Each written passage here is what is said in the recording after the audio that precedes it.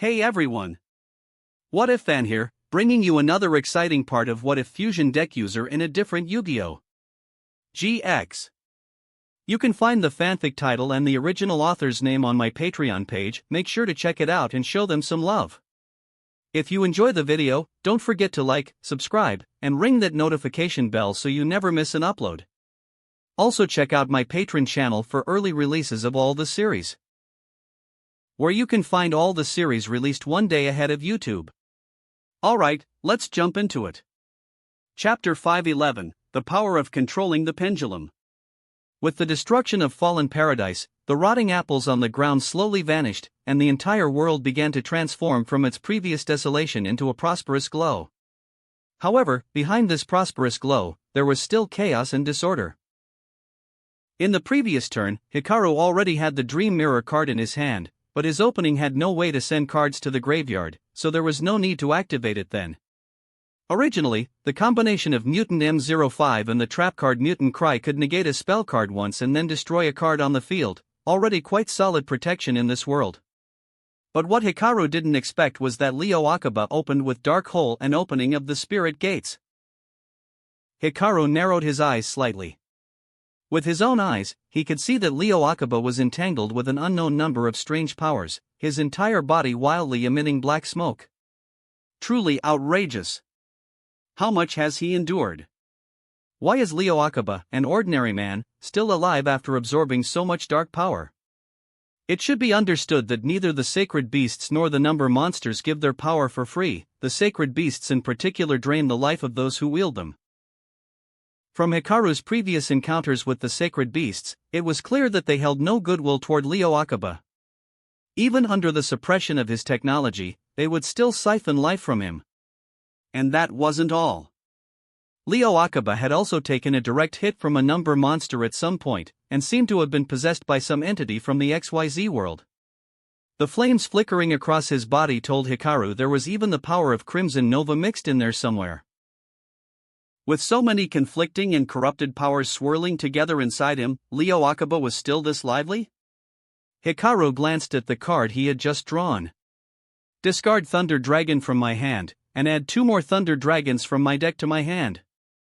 Hikaru held up the card, showed it, then placed it in the graveyard. Then, spell card, Shad Doll Fusion. I fusion summon using Shad Doll Hedgehog from my hand and Thunder Dragon from my hand.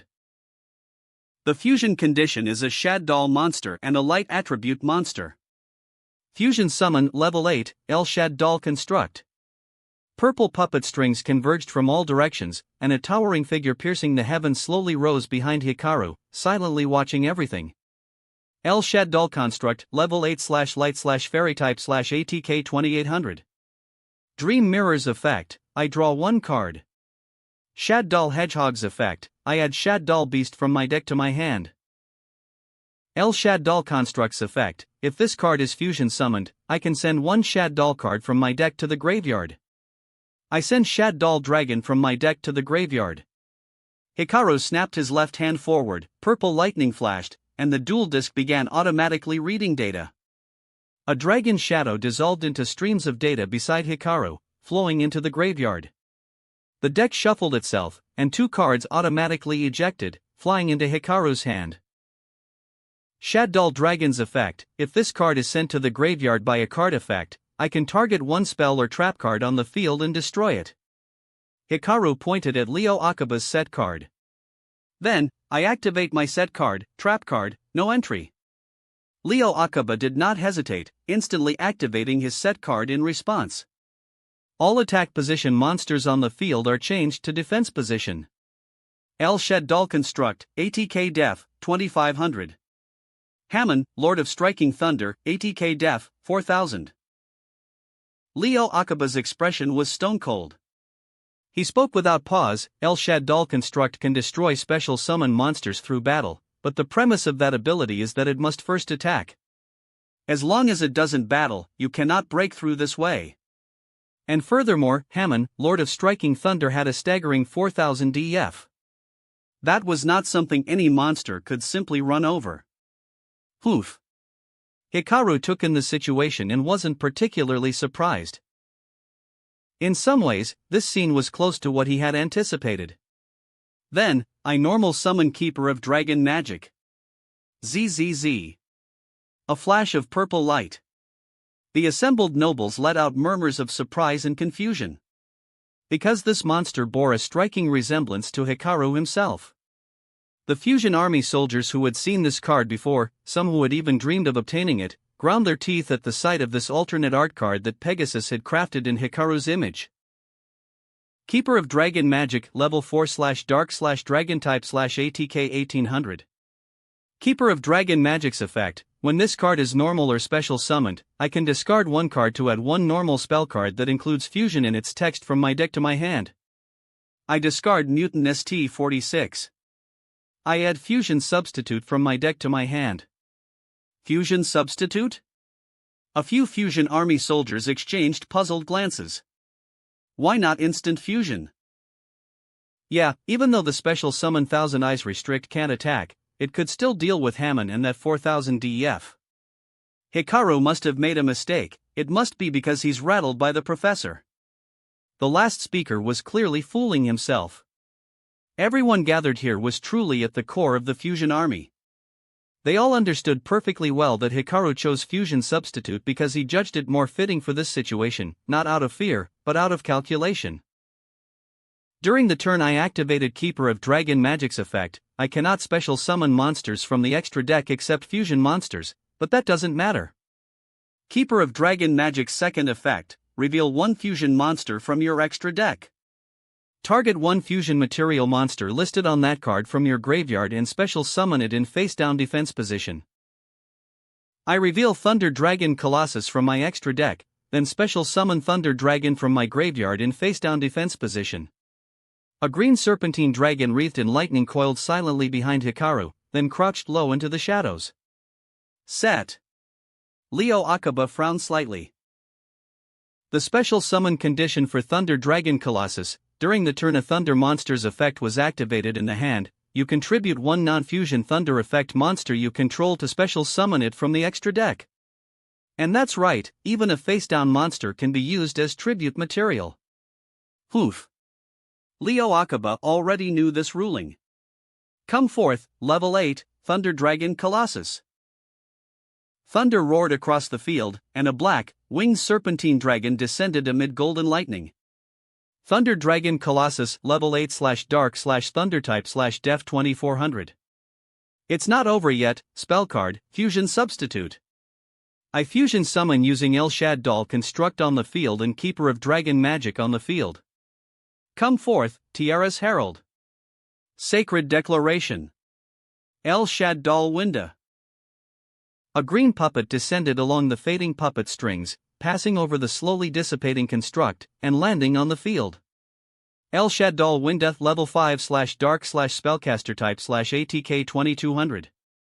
El Shaddol Construct's effect: when this card is sent to the GY, I add Shaddol Fusion from my graveyard to my hand. I activate Fusion Substitute's effect from my graveyard, banishing it. I target El Shaddol Construct in my graveyard and return it to the extra deck, then draw one card. Draw. Ha, perfect. Spell card, Frightfur Patchwork.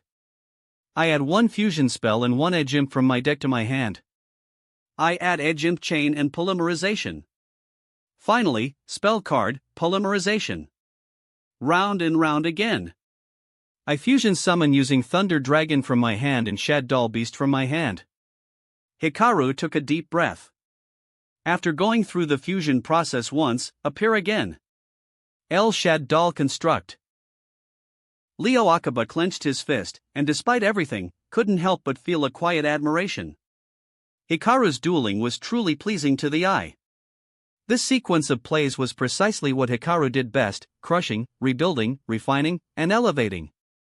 Hikaru drew another card from his deck via Shaddol Beast's effect. In this way, Hikaru's field had become the most powerful lot possible in the current meta: Thunder Dragon Colossus, El Shaddol Winda, and El Shaddol Construct. A pity there was only one normal summon, otherwise Hikaru would have wanted to bring out another Mutant M05 to layer in monster effect negation as well. Tisk. Oh.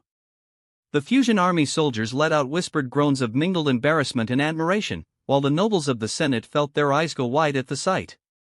They naturally understood that synchro monsters could be chained together in sequence to ultimately produce stronger synchro monsters. But what they hadn't anticipated was that Hikaru could actually cycle through fusion spell cards like this, using a handful of monsters to generate card advantage, and then arrive at this endgame board. El Shaddol Constructs effect, I send Shaddol Schism from my deck to the graveyard. Then, battle. I attack Hammon with El Shaddol Construct. Hikaru clenched his fist and drove it toward Hammon. At the start of the damage step, if this card battles a special summon monster, destroy that monster. The Great Thunder Demon roared with thunder, struggling to resist the fairy. But from somewhere, a web of purple puppet strings flashed into view, binding Hammon's colossal body, and in an instant, it exploded. During the turn a defense position Hammon is destroyed, I take no damage. As expected. It had that effect. Hikaru quietly noted it. When Hikaru had seen Leo Akiba activate the card that forced all monsters to defense position, he had already planned for this moment, which was precisely why he had special summoned Thunder Dragon Colossus in defense position rather than attack. I set one card. End turn. Hikaru showed no regret and concluded his turn without hesitation. What a shame that Sacred Beast actually has an effect like that. Yugo couldn't help but feel frustrated on Hikaru's behalf. Ah, so that's why Brother Hikaru didn't put everything in attack position. Rin nodded repeatedly, piecing it together. Serena, however, was long accustomed to this. She simply folded her arms and said, "Of course. Master is the finest fusionist there is." As expected of you, Hikaru. Leo Akiba looked at the dissipating Hammon and gave a genuine, quiet sigh. If it hadn't been for Growler, perhaps Hikaru, who joined the fusion department from the very beginning, would by now have been their commander, blazing the path forward for him. Unfortunately, Hikaru had been Growler's student from the start. That kind of future was never meant to be. As a duelist, you are undeniably excellent. To construct a board like this by cycling a handful of cards mid-duel is remarkable. But that praise is limited to you as a duelist. Hikaru looked at Leo Akiba in confusion. I am the finest scientist in the world, he said plainly. In a world where Kaiba was not regarded as a scientist and Zone had not yet been born, Leo Akiba was indeed fitting to claim that title.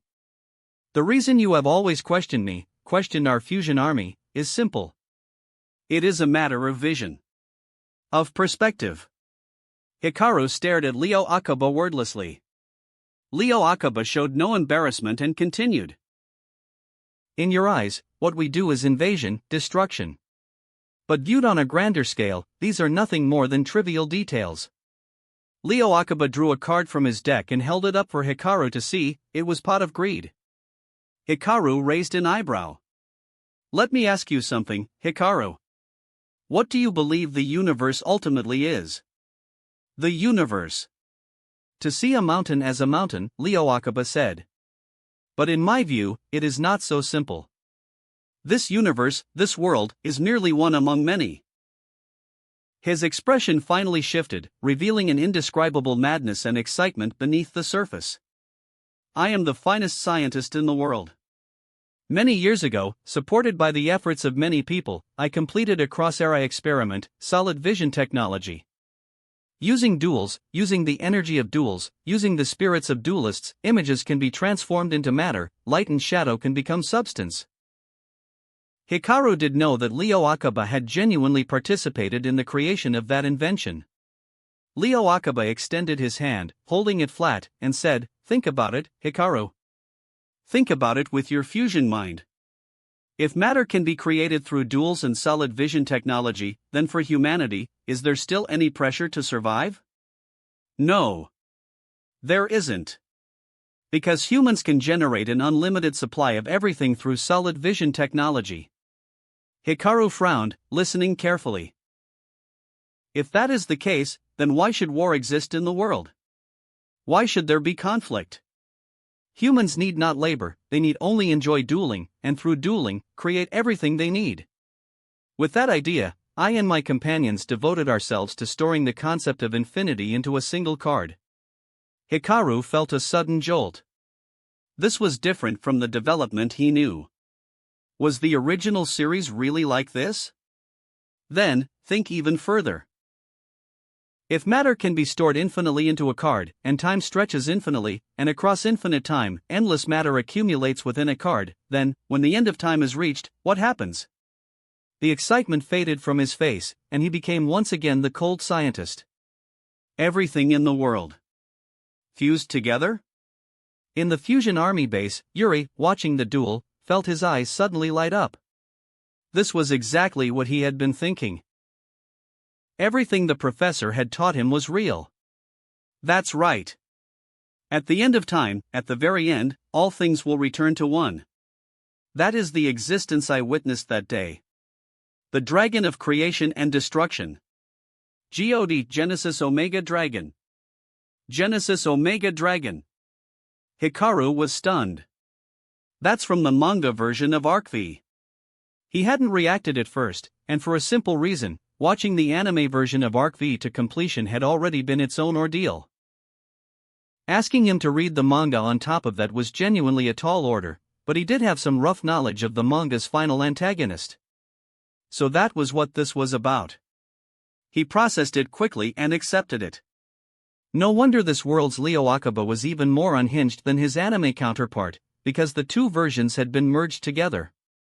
For humans, for spirits, for all life, and even for inanimate matter, becoming part of God is a destined future.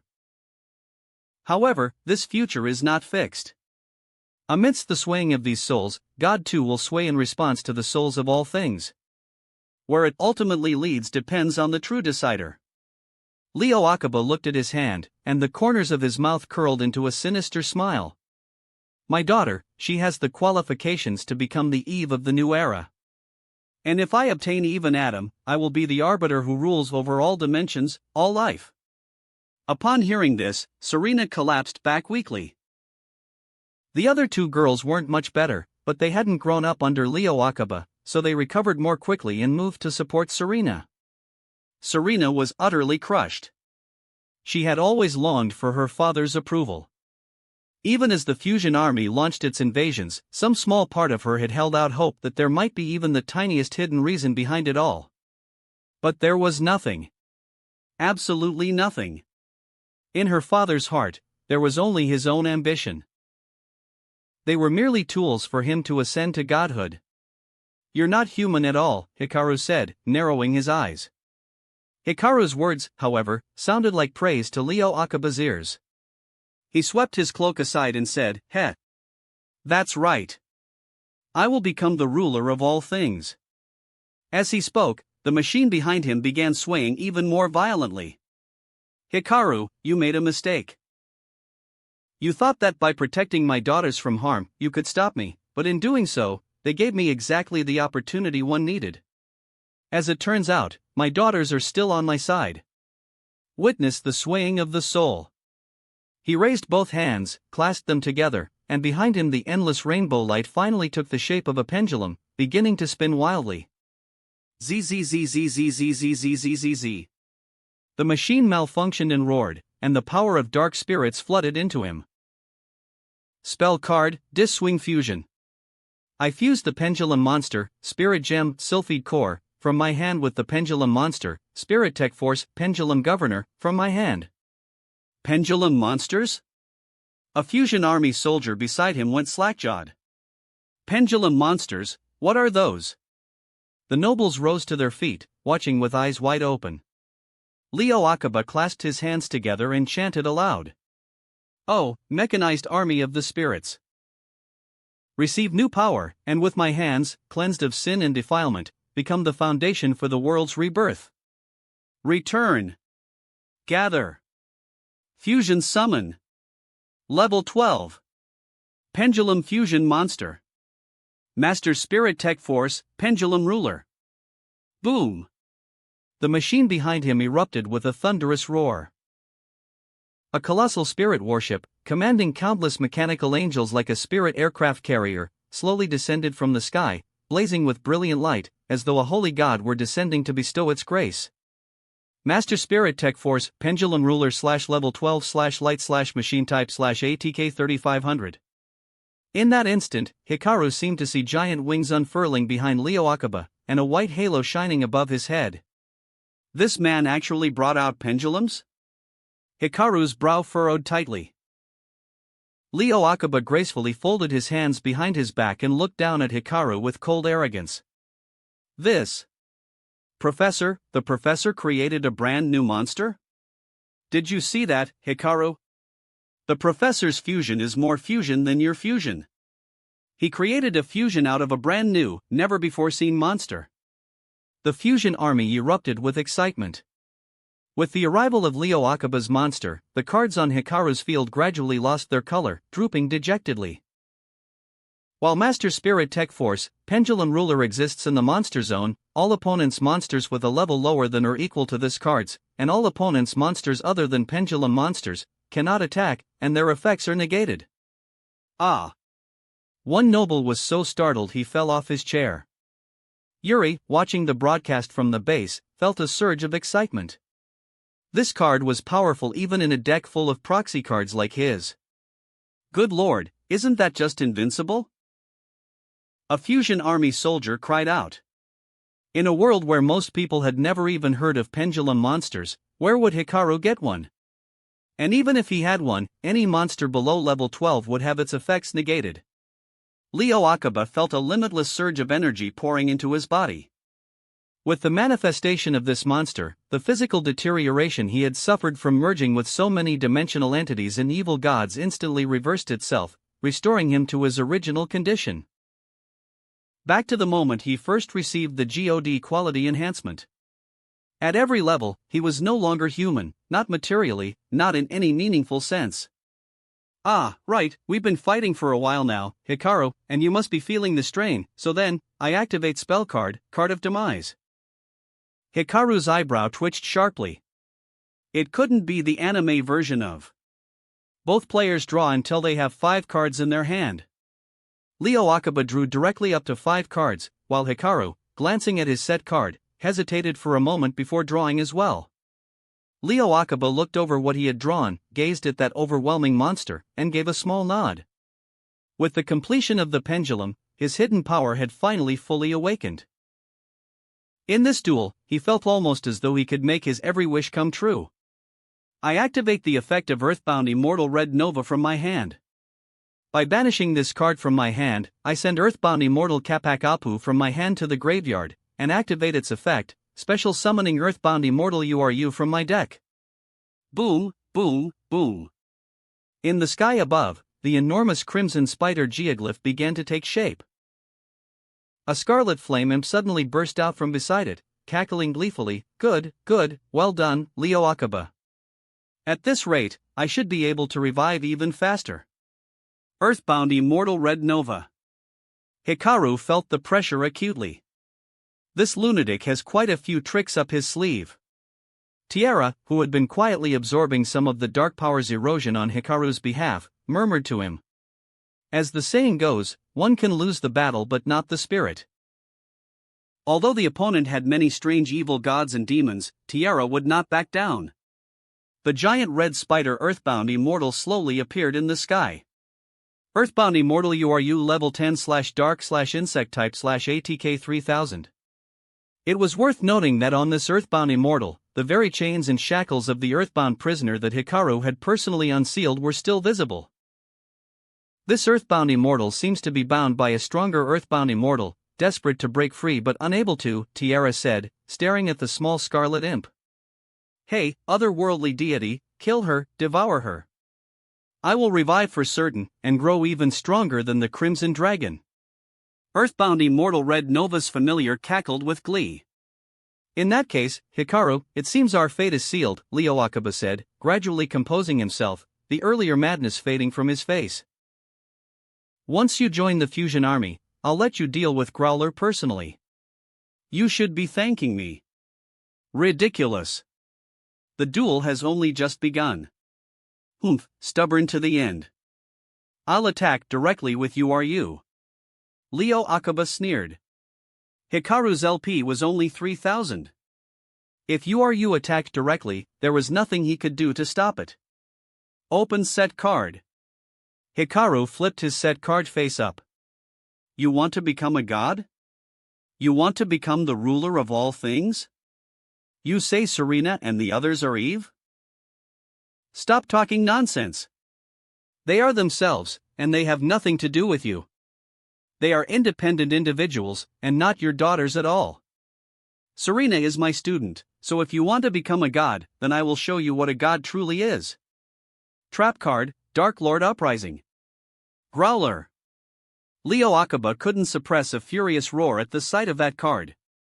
That's right, the card Growler taught me. The effect of Dark Lord Uprising.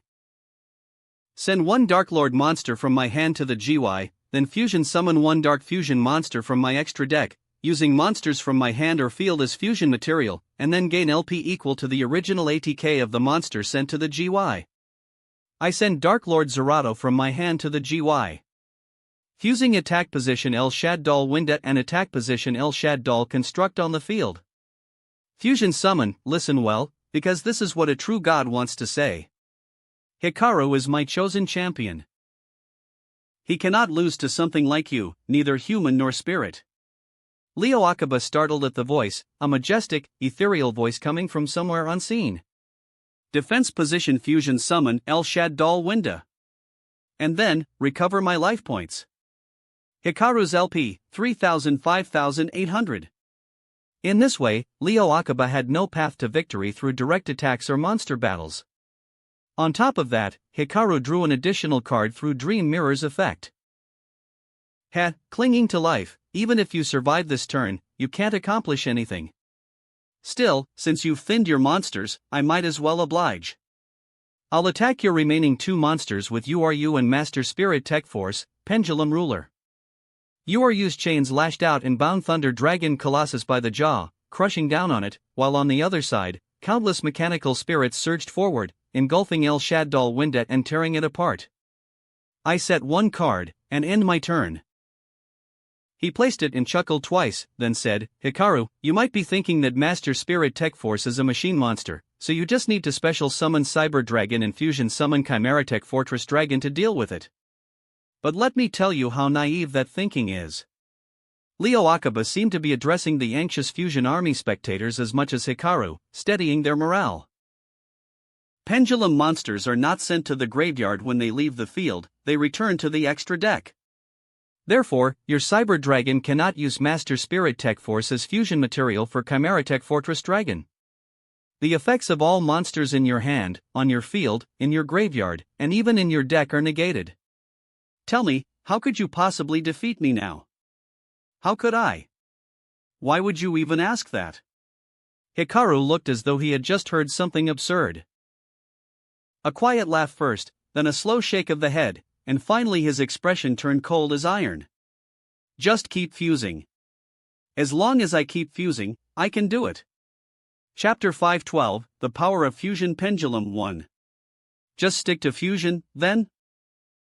So what if it's fusion? The monsters fusion summoned don't have effects anyway. A few fusion army soldiers exchanged glances, thinking Hikaru was spouting nonsense. But Hikaru's past actions made them unable to dismiss the possibility. If we just rely on monsters, it should be impossible to defeat this pendulum overlord, right? Yugo discussed on his side. Serena tilted her head. She could think of a card Hikaru could use to instantly resolve this situation, the quick play spell card, Super Polymerization, which she had seen her master use before. If Super Polymerization was used, this situation would be cleared instantly. However, from Master's demeanor, it seemed he didn't want to use Super Polymerization? Or perhaps he disdained using Super Polymerization? She watched the screen, her hands clasped together, nervously rubbing them. At the Fusion Army base, while other soldiers worried, Yuri watched with a smile. Unlike the others, he wasn't worried about whether Leo Akiba would lose or not. He was more curious about how Hikaru would use fusion to overcome Master Spirit Tech Force, Pendulum Ruler. Fusion summoning a normal monster definitely wouldn't work. If he used a spell card for fusion, he had many choices. Besides Super Polymerization, he could also use Ivy Castle to negate the effects of all cards on the opponent's field, but using Ivy Castle Citadel seemed a bit inconsistent with fusion. At the very least, he could choose to use cards like Book of Moon to set Pendulum Ruler face down and win. However, the cards Hikaru had in his hand, Flame Swords Dance and Salamandra with Chain, would require one turn to set Pendulum Ruler face down. If he passed another turn, even if Pendulum Ruler was set face down, the professor could flip the monster back up later, which wouldn't change the situation at all. After all, Hikaru's tactics and playstyle had always been to only perform fusion. So, how would he solve it? He was extremely curious. At this point, you still want to talk about fusion in front of me, saying your fusion is purer? You stubborn brat. Leo Akaba's face instantly darkened when he heard Hikaru's words. How presumptuous. Then, I'll see how you defeat Pendulum Ruler by only performing fusion. He didn't believe Hikaru could defeat Pendulum Ruler, let alone by only using fusion. If he could use other cards, such as banishing magic or negating spell cards, he could naturally overcome Pendulum Ruler. But if Hikaru wanted to stick to fusion, then it would be impossible to defeat it. As long as Pendulum Ruler was on the field, even Hikaru's Ace Infernoid Tiara would lose its effect. How could he win by just relying on fusion? Leo Akaba thought for a while but couldn't find an answer. Finally, he shook his head, saying that Hikaru was deliberately affecting his mindset, set 2 cards, and ended his turn. My turn, drawled Hikaru calmly drew a card and looked at it. Hikaru, quickly let him see. Tiara urged from the side. Hikaru nodded. Actually, to be honest, Hikaru had many ways to deal with this monster. Not to mention super polymerization as a last resort. Even without super polymerization, there were many cards that could resolve this situation, such as first activating Temple of the Kings, and then directly using Flame Swordsman series cards. Although many people might not have seen Temple of the Kings use its second effect, that card was indeed a fusion, and it was a fusion that directly special summoned a fusion monster. However, Hikaru now had other choices. You want to ask how to use fusion to solve it? Then I'll just show you, it's this card. Hikaru didn't keep Leo Akaba in suspense. After drawing the card, he directly took out a card and showed it to his opponent. Predaplin Chlamydosundu, Level 2, Dark, Plant Type, ATK 600, Def 200. Predaplin? Leo Akaba frowned. How can a Level 2 monster defeat Pendulum Ruler? Ha, Hikaru's gone mad. Chlamydosundu? Yuri's eyes lit up when he saw this card, then he understood. So that's it, completing fusion in this way. Using that card, not only could Pendulum Ruler be instantly dealt with, but there was even a chance to directly win. Hikaru. Yuri couldn't help but laugh maniacally. This was much more interesting than the professor. What can a Level 2 monster do? A Level 2 monster can indeed do nothing, but you wouldn't think I'm showing you this card just because I simply want to show it to you, would you? Reveal any number of Predaplin cards from your hand to your opponent, then target one face-up monster your opponent controls. Hikaru flipped over the card next to Chlamydosundu. Quick play spell card, Predaplast. Yuri clapped happily, so it's a spell card that generates fusion materials. Predaplast can place a predator counter on that monster. And monsters with predator counters that are level 2 or higher have their level become 1. Flowers bloomed on the bodies of the unworthy. On the mechanical general's body, clusters of flowers bloomed. Master Spirit Tech Force, Pendulum Ruler, level 12-1. Silence. A deathly silence. Although the negation range of Pendulum Ruler is indeed very wide, its actual effect still has a direction that can be manipulated. The veins on Leo Akaba's forehead bulged. He glanced at the machine behind him that could explode at any moment, and growled, How dare you? But it doesn't matter, even so, it's still a monster other than a pendulum. It will still be negated. Ha, you misunderstood. I'm simply telling you that I can use this card to fusion summon away your monster. Hikaru was unconcerned. If he didn't want to avoid using super polymerization, what Leo was saying right now would be completely meaningless. Before resolving Pendulum Ruler, I first activate this normal spell card, El Shaddol Fusion, sending Shaddol Falco from the deck and Mirage Swordsman from the deck to the GY, Fusion Summon Dash. Come, Captain, throw a punch for your anger. Yes, my lord. At Hikaru's call, a towering crimson giant stood up, reaching from earth to sky. El Shaddol Grista, Level 7, Fire Attribute, Rock Type, ATK 2450. Although the goal was to deal with Pendulum Ruler, before actually resolving it, the additional effect of El Shaddol Fusion couldn't be wasted. He had already felt the pain of using El Shaddol Fusion from hand earlier. And now, here we go. Look at this card, the one I declared would resolve your field. Hikaru placed the card he had already shown Leo Akiba onto the duel disk. Watch closely, that Pendulum Ruler is just like your ambitions. As Hikaru spoke, he continued his move. No matter what you do, no matter what you want to do, no matter what your fusion is, you will ultimately be defeated by me. Because my fusion is purer and more direct than yours. Just like this. Indeed, Pendulum monsters will not be counted toward Chimeratech Fortress Dragon's fusion conditions. But Pendulum monsters can still be used as fusion materials, and be fused while on the field. Normal summon level 2 Predaplin Chlamydosundu, then its effect activates. Your Pendulum Ruler can negate all monsters' effects, but it cannot negate the activation of monster effects. So Chlamydosundu can still activate its effect. The purple radiance behind Hikaru began to surge wildly, gradually illuminating the entire Hall of Elders. During my main phase, I can fusion summon one Dark Fusion monster from my extra deck, using this card on the field and monsters from my hand, field, and or monsters with a predator counter my opponent controls as fusion material. But even if you want to fuse like that, you can't, because it's still a monster other than a pendulum. It will still be negated. Then I chain the trap card from my GY. Resh Shaddol Incarnation. I can banish this card and one Shaddol card from my GY, then activate one of these effects. I banish it in Shaddol Falco from the GY, and change one face-up monster I control to face-down defense position. I change Predaplin Chlamydosundu to face-down defense position. Leo Akiba froze, then realized, loss of information. The vortex of fusion twisted wildly in the air.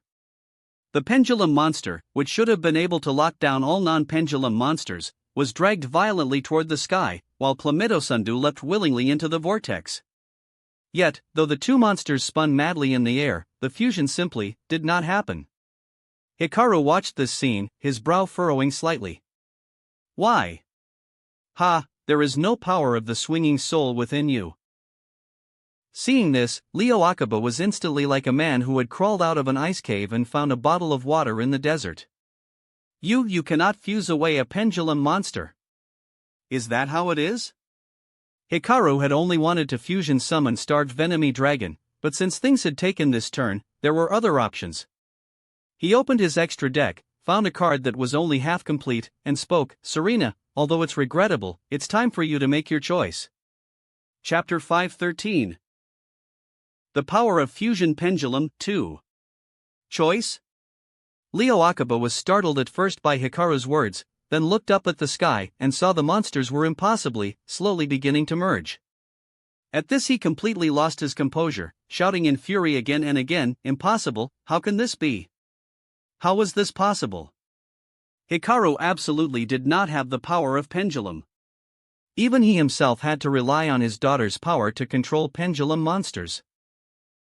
How could Hikaru, a person who had never touched pendulum at all, possess that power? Unless a possibility came to him. At Yugo's base, Serena heard Hikaru's words. Though her mind was not the sharpest, even she knew what to do in a moment like this. In almost a single second she sorted out her priorities. One was a father who never saw her as a daughter and treated her only as a tool. The other was a master who had taught her hand in hand, treated her like a little sister, and resolved every worry on her behalf. Did she even need to choose? So without a moment's hesitation, she closed her eyes and cheered for Hikaru. Seeing Serena cheer and pray for Hikaru, Zuzu likewise didn't hesitate, she threw her support behind him without delay. And for Yugo and Rin, who had both been saved by Hikaru before, there was even less reason to pause. Hikaru, faintly, he heard the sound of a pendulum swinging. Compared to the data Leo Akiba had obtained through trickery, lies, and kidnapping, their support for Hikaru came straight from the heart. And beyond that, all Leo Akiba possessed was the pendulum power drawn from Zuzu and Serena's physical and soul data. But Hikaru, on top of that, had also received the support of Rin and Yugo.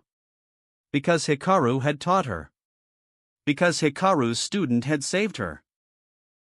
Because Hikaru had stood in front of them and shielded them from the police. Ha, how interesting, Yuri couldn't help but grin, swept up in the moment. Then I'll cheer for you too. Click. Click. Hikaru heard that sound. Hikaru clenched his fist. A blue flame rose in his right eye, that was Tiara's power. His own power of fusion remained steady as always. Great wings that seek fusion. Now, devour all, and swing the pendulum to my side. Fusion summon. Level 7, Pendulum Fusion, Starved Venomy Dragon. You bastard. Leo Akiba let out a heart-rending roar, for the first time, completely losing his composure. This monster materialized behind Hikaru. Though it still retained much of the fusion dragon's appearance, the purple wings of light on its back had been replaced by the gleaming metal of a pendulum. A card that had previously only shown its upper half suddenly revealed its lower half, appearing abruptly in Hikaru's hand, having fused itself into existence out of thin air. Starved Venomy Dragon. Level 7. Dark. Dragon type. ATK 2500. Hikaru let out a quiet cheer. He could feel the power of the pendulum now. Hikaru blinked.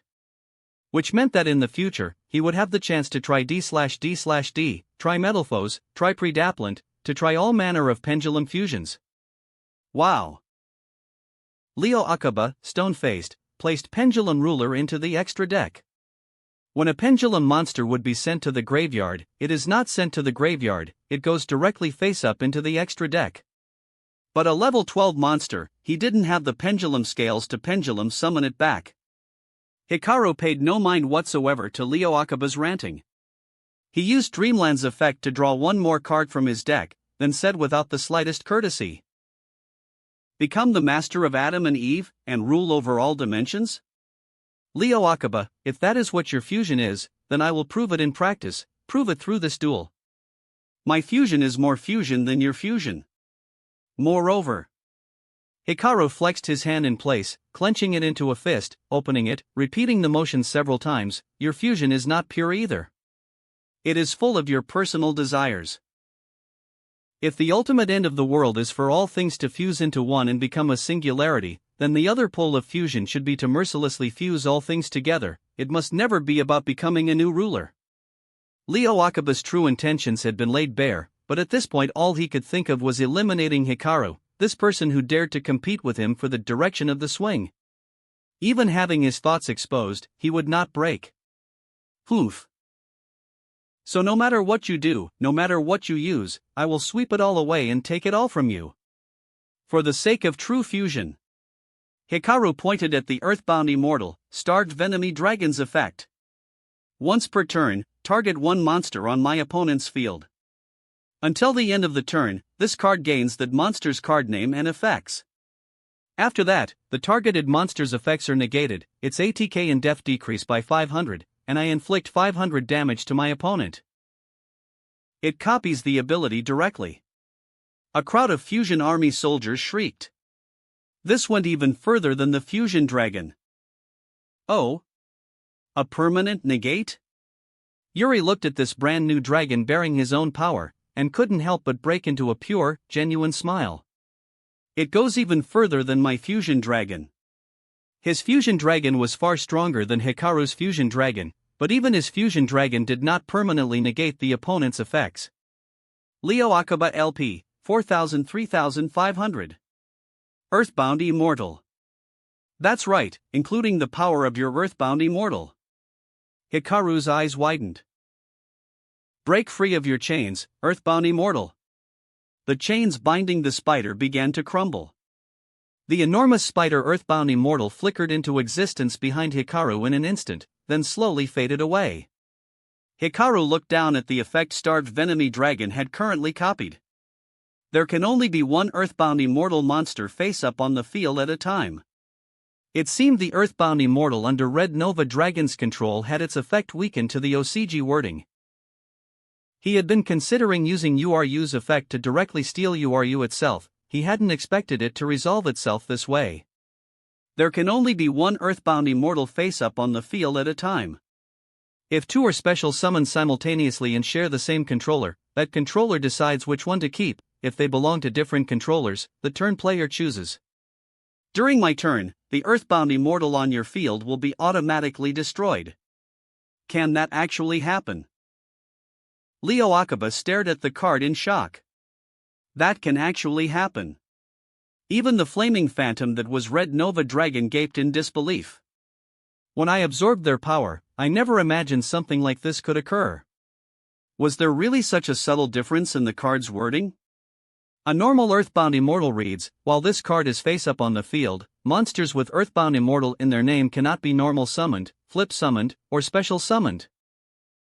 But the Earthbound Immortals under its control read, there can only be one Earthbound Immortal monster on the field, and while it seemed like only a minor difference, no one could have imagined it would produce this result. Battle phase, direct attack on the duelist. Don't even think it. Leo Akiba snarled through gritted teeth. Activate continuous trap, red screen. Ha! Hikaru watched as countless flames rose from every direction. The flames first encircled the field, then in the next instant transformed into countless transparent barriers, shrouding Leo Akiba on all sides. Then a deep crimson sphere enveloped Leo Akiba's body, blocking all attacks. As long as this card exists in the spell/trap zone, the opponent's monsters cannot declare an attack. Hikaru raised an eyebrow slightly, casually set his next card face down, and ended his turn. Chapter 514, Chaos Phantasm 1. My turn. The veins on Leo Akiba's forehead bulged uncontrollably. He was furious. Not only because he hadn't yet gathered the data from his 4 daughter clones, so his pendulum wasn't complete. More importantly, because Hikaru, with his daughter's support, had gained the power of the pendulum. Unforgivable. This power should have been his alone. Back then, in that soul's oscillation, between giving the power to the world and keeping it for himself, he chose to keep the power of God for himself. As a result, his daughter and the duelist named Zark saw through his actions, ultimately leading to everything falling apart. And now, it was happening again before his eyes. Activate the spell card, Hand Destruction. Leo Akiba decisively threw out the card he had just drawn. Both players send 2 cards from their hands to the graveyard, then draw 2 cards. I sent Raviel, Lord of Phantasms, and Uria, Lord of Searing Flames, to the graveyard, then draw 2 cards. Hikaru exclaimed wow. And raised an eyebrow, looking at the cards in his hand. First of all, he definitely wouldn't discard the super polymerization he drew at the beginning, so I sent Ejim Chain and Gemnite Crystal to the graveyard. Hikaru also drew 2 cards, then continued, Ejim Chain's effect. If this card is sent from the hand or field to the graveyard, I can add 1 Frightfur card from my deck to my hand. I add Frightfur Patchwork to my hand. Oh, right, there's also Dreamland.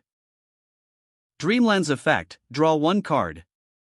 Hikaru looked at the Earthbound Prisoner and Vampire Fraulein he drew, and had a slight premonition. Spell card, Forbidden Chalice. Your Divine Crystal gains 400 ATK, but its effects are negated. Hikaru frowned, a little disappointed. Leo Akiba remembered the effect of his monster very clearly. If you control no monsters, this card can be special summoned. Come, Mother Spider Splitter. A spider with a ghostly face appeared on the field, hanging upside down, staring at Hikaru. Mother Spider Splitter. Level 5, Dark, Insect, ATK 0. Hikaru frowned deeply. A spider. Activate the spell card, Card of Demise. Hikaru instantly looked up at Leo Akiba's card. This isn't Kaiba. Heh, that's right. Both Pot of Greed and Card of Demise have stopped being manufactured in the fusion dimension, but with my skill, I can recreate them.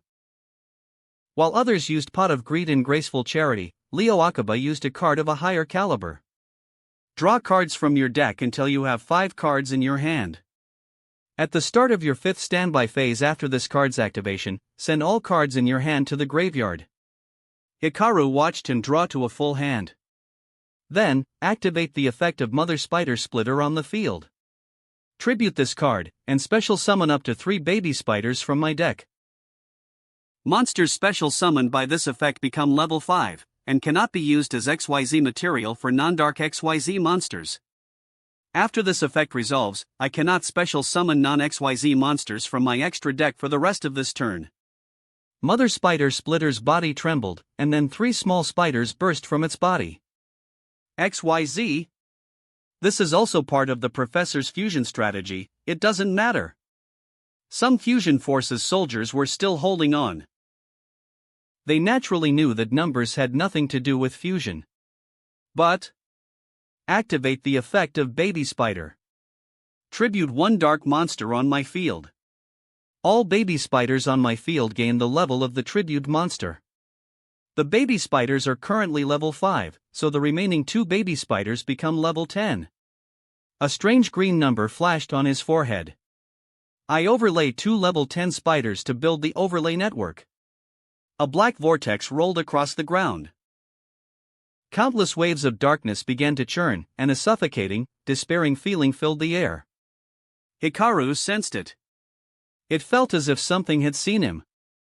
Number 35, Ravenous Tarantula. Number 35, Ravenous Tarantula. Rank 10, Dark, Insect, ATK 0. Overlay units, 2. Ravenous Tarantula's effect, all monsters I control gain ATK in def equal to the difference in life points between both players. Number 35, Ravenous Tarantula, ATK, 02300. It's not over. I pay 2000 life points to activate the spell card, Dimension Fusion. Leo Akiba finally played a card befitting his status, identity, and ambition. Pay 2000 life points, each player special summons as many of their banished monsters as possible. I special summon Earthbound Immortal Red Nova. Then I'll special summon my Shad Doll. Hikaru didn't hold back, special summoning the monster he had banished with Hyperlight Saint to the field. Ha ha, what fresh air. Leo Akiba, do your best. If you win, I can give you everything else in this world. Red Nova entered the field laughing maniacally. Its desire to defeat the Red Dragon had become its obsession, everything else was insignificant. Earthbound Immortal Red Nova. Level 12, Dark, Fiend, ATK 3500. Leo Akiba LP, 3500 1500. Number 35, Ravenous Tarantula, ATK, 2300 4300. Red Nova, ATK, 3500 7800. 7800.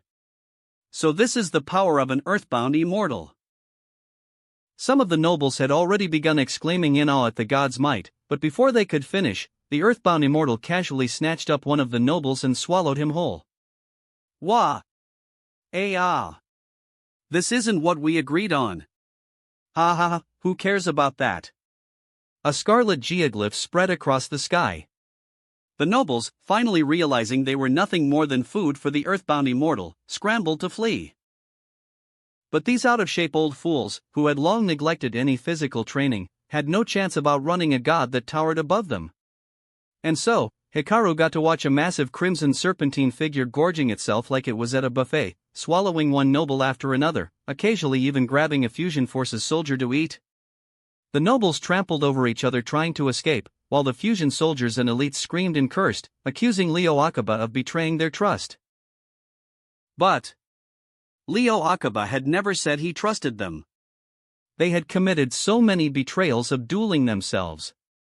So why did they think Leo Akiba, who was even better at betrayal than they were, would spare them? Ravenous Tarantula's effect, each time you special summon, you take 600 damage. A strand of spider silk shot onto Hikaru, piercing through his body and making him double over. TCH. This feeling of despair. The moment the damage pierced him, he felt an overwhelming sense that he was destined to lose, that he could never win. The power of a god of despair? It seemed that Leo Akiba, in his darkest moment, had been found by the goddess of despair. The goddess of despair could appear before those in extreme anguish, granting them power. Hikaru grumbled under his breath and brushed himself off.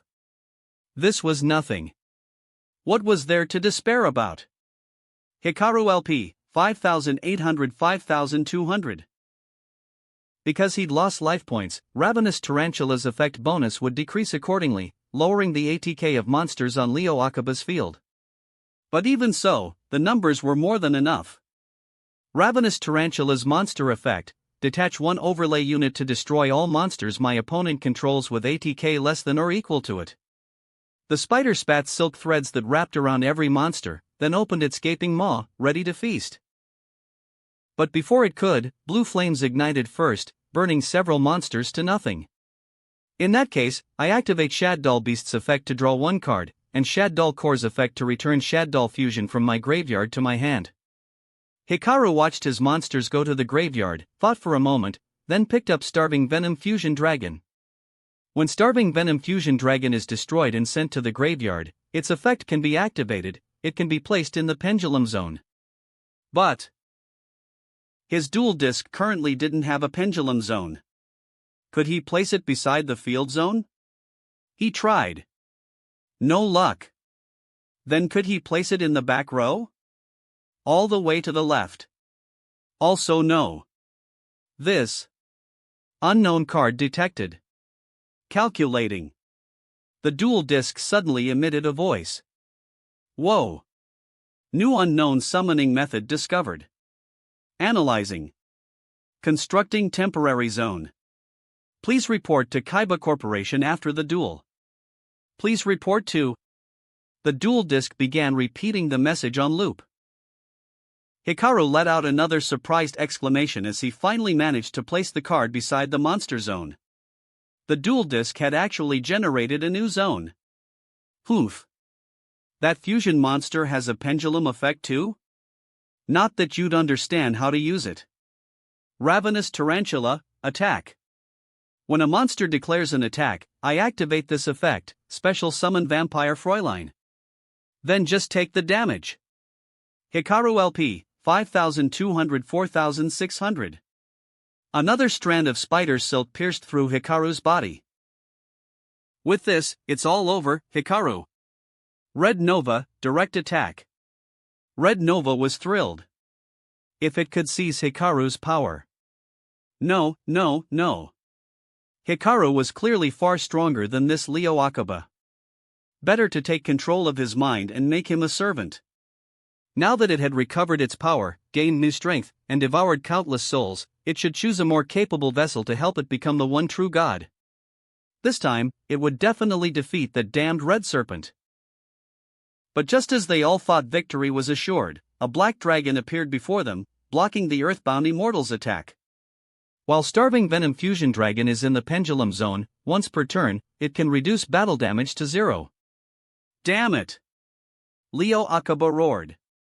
Oh ho, impressive indeed. Red Nova remarked with admiration. I set one card, and end my turn. During the end phase, Red Screen's effect, pay 1,000 life points to maintain its existence. Leo Akiba LP, 1,500-500. Hikaru rubbed his forehead. Those are some seriously powerful cards. Hikaru sighed in admiration. The cards really were strong. The player, though. My turn, draw. Normal summon, Earthbound Prisoner Groundkeeper. I activate its effect to special summon Earthbound Prisoner Stonesweeper from my deck. Then you lose 600 life points. Hikaru LP, 4,600-4,000. No problem. I activate the spell card, Otherworld Resonance, Synchro Fusion. Hikaru held up a card. This card can use a tuner and non-tuner monster on the field to simultaneously perform both a fusion summon and a synchro summon. I fusion and synchro summon using the two monsters on my field. Hikaru raised his left hand. I warned you, Leo Akaba. I'm going to swing all of your arrogance and all of your power over to my side. I Synchro Summon. Level 6, Earthbound Servant Geogracia. And Fusion Summon. Level 6, Earthbound Servant Geogremlina. Earthbound Servant Geogracia. Level 6, Dark Fiend, ATK 2000. Earthbound Servant Geogremlina. Level 6, Dark Fiend, ATK 2000. Hikaru LP, 3400. Geogracia's Effect. I target Earthbound Immortal Red Nova on your field. You choose, either let me recover life points equal to its ATK, or destroy that monster. Recover your life points. Leo Akaba sneered. Don't forget, the higher your life points, the higher my monster's ATK becomes. Setting aside the fact that Red Nova was screaming beside him not to let itself be destroyed, even objectively, recovering life points was the obvious choice. Hikaru LP, 3400 9800. Humph, this way, my monster's ATK will be even higher. That's exactly why everything you've been doing is pointless, Leo Akaba. Hikaru chuckled softly. Beside him, Tiara spoke up, Hikaru, aren't you going to use that? Not yet. Hikaru replied casually. Now, entering the battle phase. During battle, I activate Geogracia's effect. During either player's battle phase, I can banish monsters from my hand, field, or graveyard to fusion summon one Earthbound fusion monster. I fused the two monsters on my field. He pulled up his left sleeve with his right hand, revealing a canine dark sign on his left forearm, glowing with a blood-red light. I've been wondering this whole time, if you chose me as your dark signer, why have you never responded to me? So this is where you were. You were all here. The duel has reached this point now. You should all be able to see. You can see that I have what it takes to change everything. So let's fight back together. Rebel against the divine nobility that has been oppressing you. Whoa. Behind Hikaru, the massive orca that had been lounging around doing nothing suddenly swam out of thin air, letting out an enormous cry. Alongside its call, the octopus and the griffin raised their voices too. In the distance, Crow, who had already wrapped things up on his end, suddenly felt something stir. He glanced behind him and saw the enormous bird-shaped dark sign blazing to life once more on his back. A massive earthbound immortal appeared behind the smaller ones gathered around Hikaru, sheltering them like a parent protecting its young. Its enormous form was large enough to rival Red Nova itself. What? You, how dare you? Are you trying to rebel? Red Nova swung its arms, trying to grab those beings. But as Wairokocha Raska appeared, even more animals materialized around them. Hummingbird, monkey, spider. The Earthbound Immortals had broken free of their shackles, finally returning to this world, free to act and choose for themselves. And at the very end. Crack! The scarlet humanoid hound shattered its bonds, spread its wings, and took flight once more. Fusion materials. One Earthbound Synchro monster and one Earthbound Fusion monster. Fusion summon. Level 10, Earthbound Servant Geo Wairokocha Raska. Whoa. It howled in celebration, sighing with relief. This place was absolutely no home for a god. It couldn't stand a single second more in this synchro dimension. It wanted to leave this miserable place right now. But the duel wasn't over yet. Earthbound Servant Geo Wairokocha Raska. Level 10, Dark Fiend, ATK 3000. And as this monster appeared, the other Earthbound Immortals each departed, leaving only Chatsuchalua behind to watch. Hikaru LP, 9800 9200. Chapter 515, Chaos Phantasm 2. This is bad. Red Nova briefed Leo Akaba. When Geo Wairokocha Raska enters battle with a monster, the opposing monster's ATK drops directly to 0. Leo Akaba's expression changed instantly. That meant even with 100,000 ATK, nothing could beat this winghound? But, you can't attack right now, Leo Akaba said. That's true. However, Hikaru folded his arms. I end my turn. What? At this moment, Dreamland's effect activates. When an XYZ monster is on the field, during your own end phase, destroy the monster on the field with the highest level. Ha, so what? Earthbound immortals are unaffected by spell and trap effects. He trailed off mid-sentence as he noticed Red Nova's already flushed face turning an even deeper shade of red. Don't tell me. I used all my power to create dragons, to seize the Crimson Dragon Signer dragons. Red Nova muttered through gritted teeth. If I still had the power I stole from those other Earthbound immortals, I could have forced my way through the destruction. Of course, the consequence of that would have been it doesn't say this on the card, but it can attack directly. Red Nova's figure slowly disintegrated, and its fading voice echoed ominously, making Leo Akaba's expression turn even uglier. Leo Akaba, my power disappeared because of your duel. If you cannot reclaim it, then just you wait. As its final remnant vanished, it swallowed the last nearby observer, leaving only Hikaru and Leo Akaba standing in the empty battlefield. Silence followed. Hikaru suddenly felt a deep sense of calm. Bastard, Leo growled. Don't worry, Hikaru said calmly as he raised his hand. There is still another effect resolving.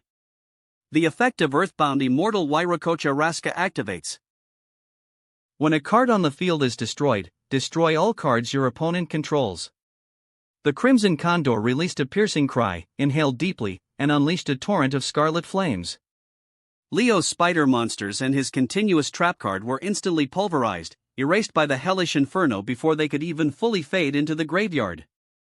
Through the blazing crimson flames, Hikaru's eyes gleamed like gemstones as he stared straight at Leo. Even the power of XYZ that you rely on will become the very force that destroys you. Damn it! Leo roared as he drew a card. He was unwilling. He could not believe it. He could not accept it. He had spent 20 years mastering the power of Pendulum, only for Hikaru to grasp similar power in a single duel. He had painstakingly gathered the support of evil gods, demon gods, and countless dark forces, yet now all of it was being torn apart piece by piece. He could not accept it. My turn, draw. Spell card, Pot of Avarice. I target 5 monsters in my graveyard, shuffle them into the deck, and draw 2 cards. He quickly returned the cards and drew, clutching the new cards tightly as hope returned to his face. There's still a chance. He immediately played his next move. Normal summon, Dark Beckoning Beast. When this card is normal summoned, I can add 1 card from my deck that specifically lists Uriah, Lord of Searing Flames, Hammon, Lord of Striking Thunder, or Raviel, Lord of Phantasms to my hand. He added the card and continued without hesitation. As long as Dark Beckoning Beast is in my monster zone, I gain an additional normal summon of a fiend-type monster with 0 ATK and 0 DEF. I use this additional summon to normal summon Chaos Summoning Beast. The dark creature appeared beside it. Hikaru glanced at the monster and nodded slightly. It's coming. Tiara immediately understood. This was what Hikaru had been waiting for. Leo thrust out his arm dramatically. I tribute Chaos Summoning Beast and activate its effect. By tributing this card, I special summon 1 Uriah, Lord of Searing Flames, Hammon, Lord of Striking Thunder, or Raviel, Lord of Phantasms from my graveyard, ignoring its summoning conditions. Thunder roared. Flames surged. Darkness swallowed the sky. One by one, the 3 supreme divine beasts descended onto the field. Uriah, Lord of Searing Flames, level 10, Fire, Pyrotype, ATK? Hammon, Lord of Striking Thunder, level 10, Light, Thunder type, ATK 4000. Raviel, Lord of Phantasms. Level 10, Dark, Fiend type, ATK 4000. They roared as they stood together once more. Uriah gains 1000 ATK for each trap card in my graveyard, Leo declared proudly, his cape billowing behind him. And once per turn, Uriah can destroy all set spell and trap cards you control. At that moment, Hikaru's set card flipped face up automatically, revealing instant fusion. Leo gave a cold snort. Since it was not a trap card, Uriah's effect could not destroy it. I set 2 cards, and end my turn. The cards he said included the continuous trap card Awakening of the Sacred Beasts. As long as it remained face-up while he controlled the sacred beasts, its terrifying effects applied. Each time Hikaru normal or special summoned a monster, Leo would gain life points equal to that monster's ATK, monster effects activated on Hikaru's field would be negated, and monsters sent to the graveyard would be banished instead. These effects perfectly countered Hikaru's strategy. In addition, Leo had set Threatening Roar to prevent attacks, and his ultimate defense, the counter-trap Solemn Judgment. His field was now complete. Everything was perfect. "I've waited a long time for this moment," Hikaru said quietly. Leo frowned. "I told you before," Hikaru continued calmly. "Everything you take for granted, I will make it mine." He drew his card. "My turn. Draw." He looked at the card in his hand. Trap card Chain Material. Hikaru didn't hesitate. "Then, I discard Frightfur Patchwork from my hand and activate the Quick Play spell card, Super Polymerization." Super Polymerization? What kind of card was this? And it had apparently been in his hand the entire time. Super Polymerization? Yuri stared at the card and couldn't help but be stunned. So he has this card too, but it's different. Yuri's Super Polymerization was merely an ordinary spell card derived from his power, Fusion. But he remembered clearly the Fusion Hikaru had used before. Compared to this, it was inferior. He understood now. For Hikaru, Fusion was only a derivative. Super Polymerization was the origin. Super Polymerization is the ultimate fusion spell card that can use monsters on the field as fusion material, Hikaru said as he raised the card. It represents the strongest fusion power. As his words fell, the world itself reacted. Dark clouds swallowed the sky. Dimensional communication devices crackled violently.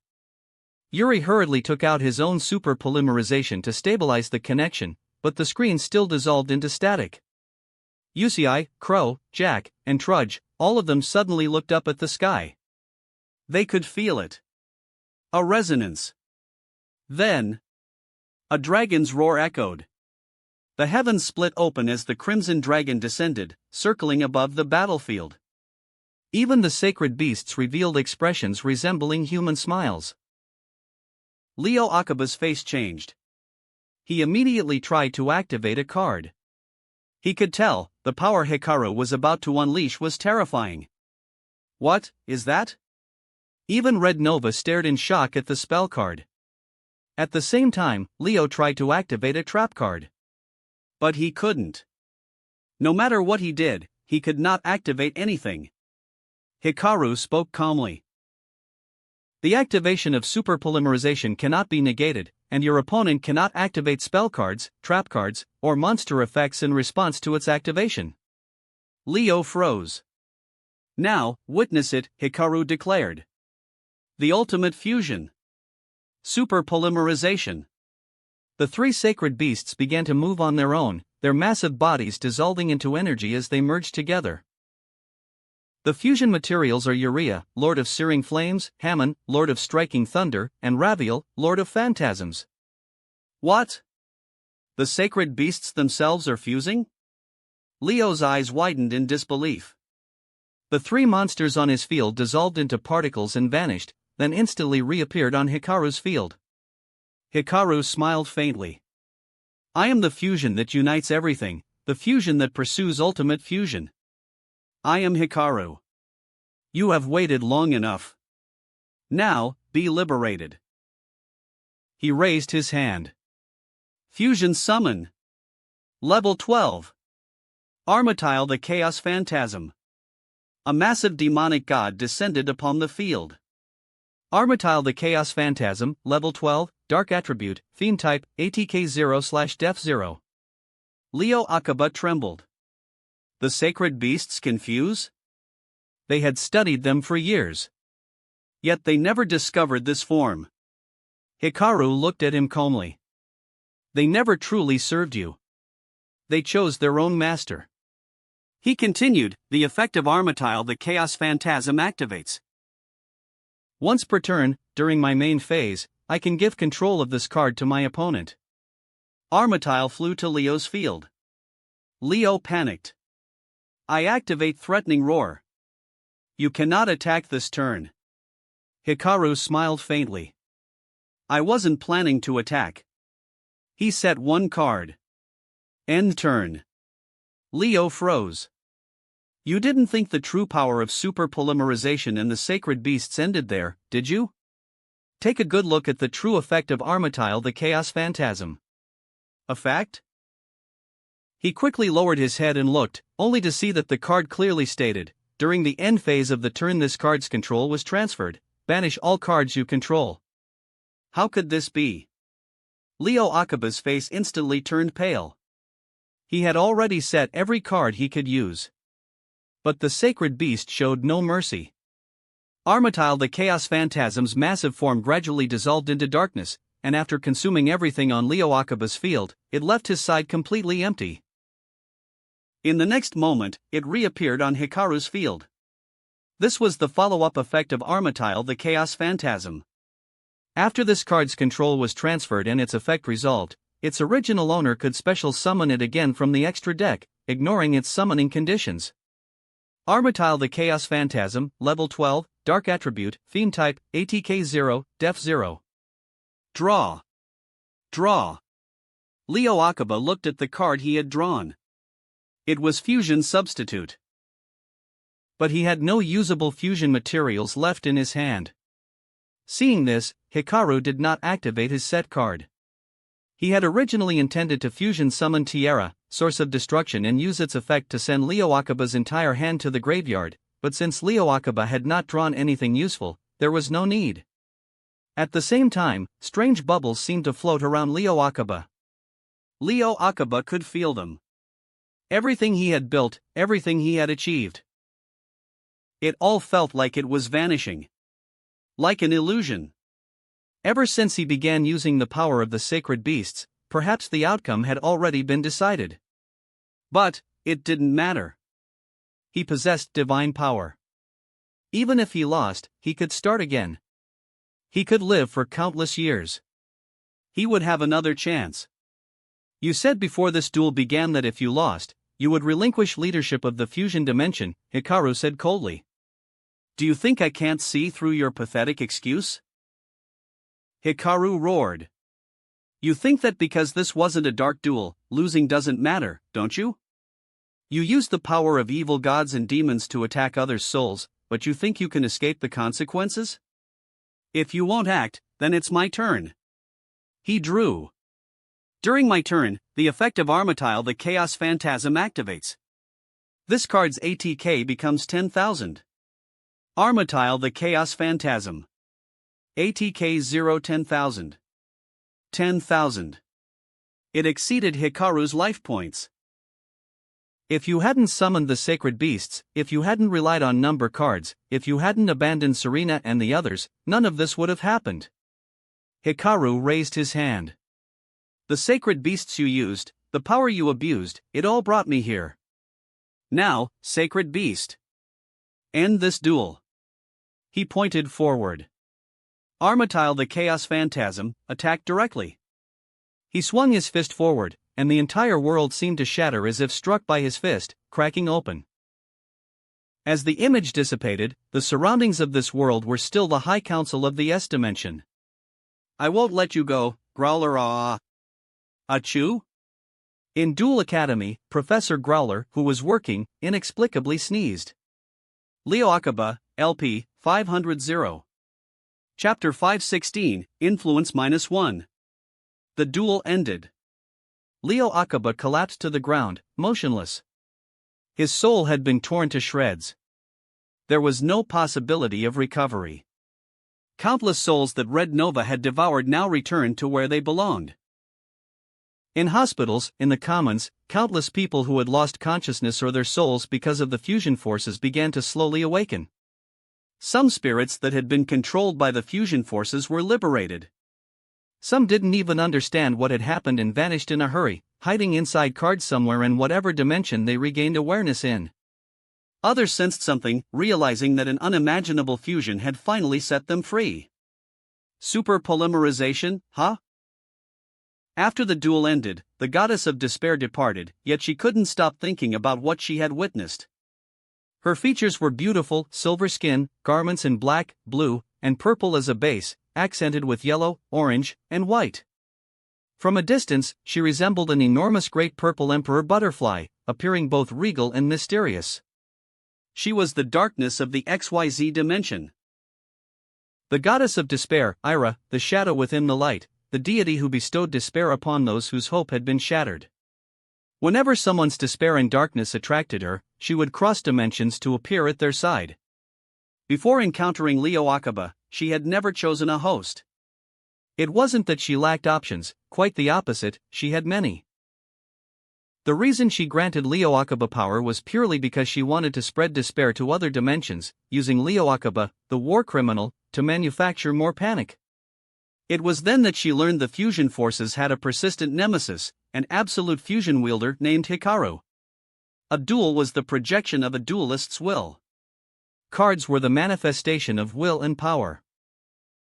A person who pursued fusion, who pursued super polymerization, who chased ever more and greater fusion, was the purest and most direct kind of duelist.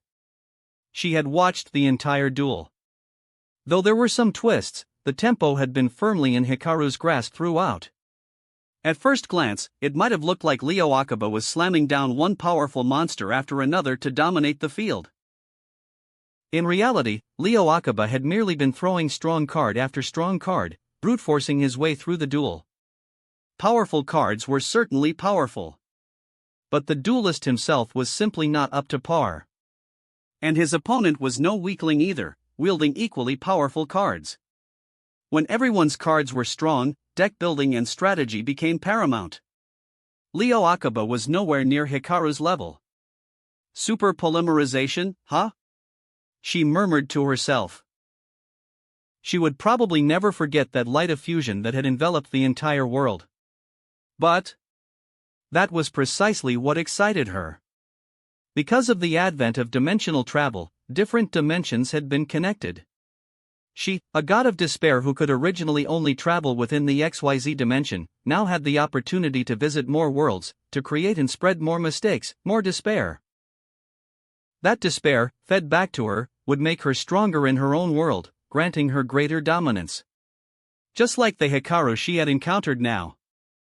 This was true feedback. In her world, there existed an ultimate power on par with that super polymerization, the pinnacle of XYZ, the Numeran Force. But powerful as Numeran Force was, it was not something any being could approach or even touch. She and her companions wanted to unseal the Numeran Force, wanted to destroy the astral world. Relying solely on the power of their own world was far from stable enough. And now, a brand new source of feedback had appeared before her. A card that could change the possibilities of their world. Not an apostle of a god, but an apostle of fusion. If she could drive someone like that to despair, how powerful a dark duelist would he become? At that thought, she glanced back at the synchro dimension one more time, swept her gaze over Lulu, and a string of schemes had already formed in her mind. Just wait. We'll meet again, absolute fusion wielder. Ha ha ha ha ha ha ha ha ha. Super polymerization? That card seems to be the ultimate power of fusion? Meanwhile, on Hikaru's end, Red Nova wasted no time trying to tempt him directly. I can feel it. That card is on the same level as the synchro power carried by the Crimson Dragon, isn't it? Ha ha ha, no wonder you've never been interested in the War of the One True God. But that card seems to have a side effect of darkening one's heart and pushing them to extremes. So even someone like you, the greatest believer in fusion, doesn't dare use it every duel, right? If you support me, if you help me defeat the Crimson Dragon, you'll gain the power to control it absolutely. And then Hikaru looked down at super polymerization, placed it back into his pendant, and replied, thanks, but no thanks. Ha. Are you sure you don't need it? Red Nova, hearing Hikaru's response, shrank into a small flame figure and flew around him. That Leo Akaba had the power of several different worlds on him, didn't he? He's dead now, sure. But all the malice that clung to him saw the moment you used super polymerization. You're strong, but you're still only human. Power on the level of super polymerization is bound to attract those who covet it. Look at this world. For the sake of synchro, everyone with a fist has been bashing each other's heads in, cycle after cycle for thousands of years. If you and I work together, I appreciate the concern, but I'll pass. Hikaru replied politely. Get lost. Tiara snorted coldly in annoyance. A half-dead wretch like you should scurry away. With me helping Hikaru, what need is there for extra power? Tiara wielded blue purgatorial flames, scorching Red Nova until it shrieked and stumbled backward. What Red Nova said wasn't entirely false, though. Super polymerization did, to some extent, affect a person's mind. But that was likely the original super polymerization. Although it appeared very similar to Jaiden's super polymerization, Hikaru had spent so long with it that he understood his own super polymerization intimately. It wouldn't affect Hikaru's mind. It would only do one thing: compel Hikaru to use fusion. It would, as always, forcibly alter Hikaru's deck, filling it with almost nothing but fusion-related cards. Even now that Hikaru could barely keep super polymerization under control, any support cards he added to his deck would transform into fusion cards after a duel or two. But this wasn't actually malicious. It was a spontaneous, unconscious transformation. It wasn't affecting Hikaru's mind, making him extreme, making him more fusion-brained.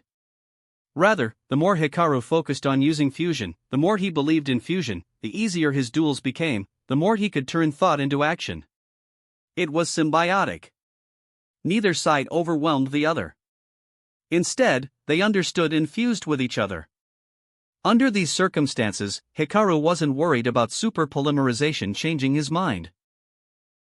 Seeing that Hikaru was unmoved, and with Tiara, the sacred beasts, and the earthbound immortals all glaring from the sidelines, Red Nova lowered its hands and huffed a couple of times. No matter. It had its own duelist in mind. This Leo Akaba had been nothing more than a tool to restore its life. The duelist it had its eye on was one who had pushed through suffering and torment, marching toward becoming the ultimate king.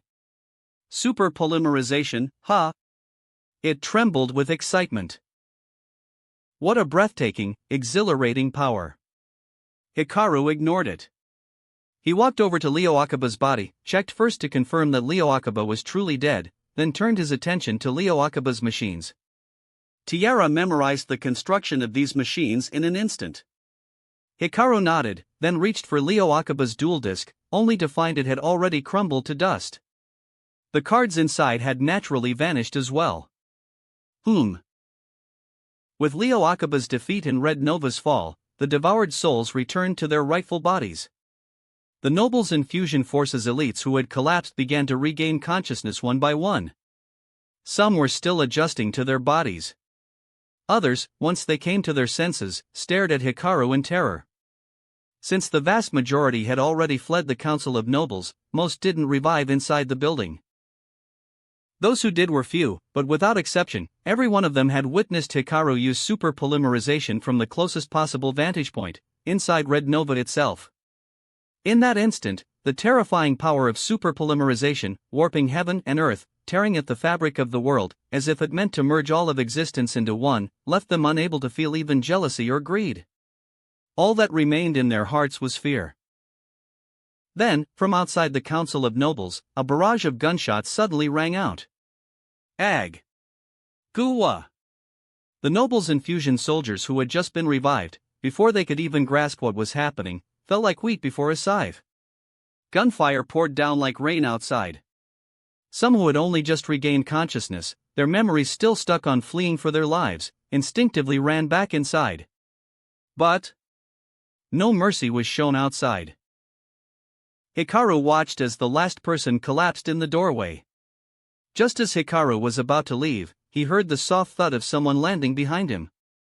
He turned slowly and saw a familiar face wearing an unfamiliar smile. Yugo. No. Judging by the outfit, it was Yuri. He wore a Fusion Forces uniform, draped in a vivid red cape, with a friendly smile on his face. He waved gently at Hikaru. Ah, Hikaru-senpai, hello there. I'm Yuri, of the Fusion Forces. I've always been a fan of yours. Hikaru raised an eyebrow and regarded Yuri. He didn't sense overwhelming hostility, and simply asked, Fusion Forces. Are you here to duel me? No, no, no. Yuri held both hands up in front of him, waving them lightly, projecting harmlessness. Even if we were going to duel, you always save the main course for last. Hikaru stared at Yuri with furrowed brows. Yuri chuckled softly, then casually produced a USB drive in his right hand and showed it to Hikaru. It's just that, Hikaru-senpai, while you may have destroyed the professor's soul, that doesn't mean the professor has truly disappeared. He was a genius scientist, after all. He backed up his consciousness long ago, just in case. With that, he squeezed his right hand. With a crack, the USB drive shattered. Hikaru showed no reaction. Tiara, however, was somewhat surprised. Wasn't that the Fusion Force's secret weapon? Why did he destroy it? Was he defecting? Hikaru simply reflected for a moment. In the original story, Leo Akiba had raised Yuri as his right-hand man. But at some point during that upbringing, Yuri declared that he wanted to turn everyone in the world except me into cards, which gave Leo Akiba quite a shock. Leo Akiba had reacted with a "how did you turn out like this," and later, during Yuri's duel with Yuya, even said things like Zark's fragment is truly evil. With the way he'd raised Yuri, shouldn't he have asked himself why Yuri turned out that way? Yuri was doing some reflecting of his own. I was planning to make the professor my personal prey, but it seems Senpai beat me to it. Still, I've heard something far more interesting and seen an even more fascinating duelist. So it's not all bad. He pulled out a card, loaded it into his duel disk, and aimed it at Leo Akiba. Moments later, Leo Akiba's body dissolved into a card, which Yuri held in his hand. And with that, body, soul, and consciousness were all gone. Well then, see you next time. Oh, and do me a favor, say hello to my brothers and sisters for me with that. He pulled out a violet flash, which emitted a dazzling purple light, and vanished from the room. What was that guy here for? Tiara asked offhandedly. Hikaru didn't respond. Yuri was a pure dueling maniac. All he thought about was dueling, and all he cared about was dueling. Chapter 517, Influence 2. Moments later, security officers began filing into the room. When they spotted Hikaru, they reported to Jack, who related up the chain, and Hikaru was eventually escorted out. The nobles and fusion forces had been dealt with almost entirely by security. For the first time, the people of the commons and the tops had joined forces against a common enemy. For the first time, they were truly united. As Hikaru left, he reminded Jack not to get too carried away. But when dreams were on the line, even Jack couldn't hold back. Before anyone noticed, Red Nova had seemingly slipped into his deck. Hikaru went back to check on Serena.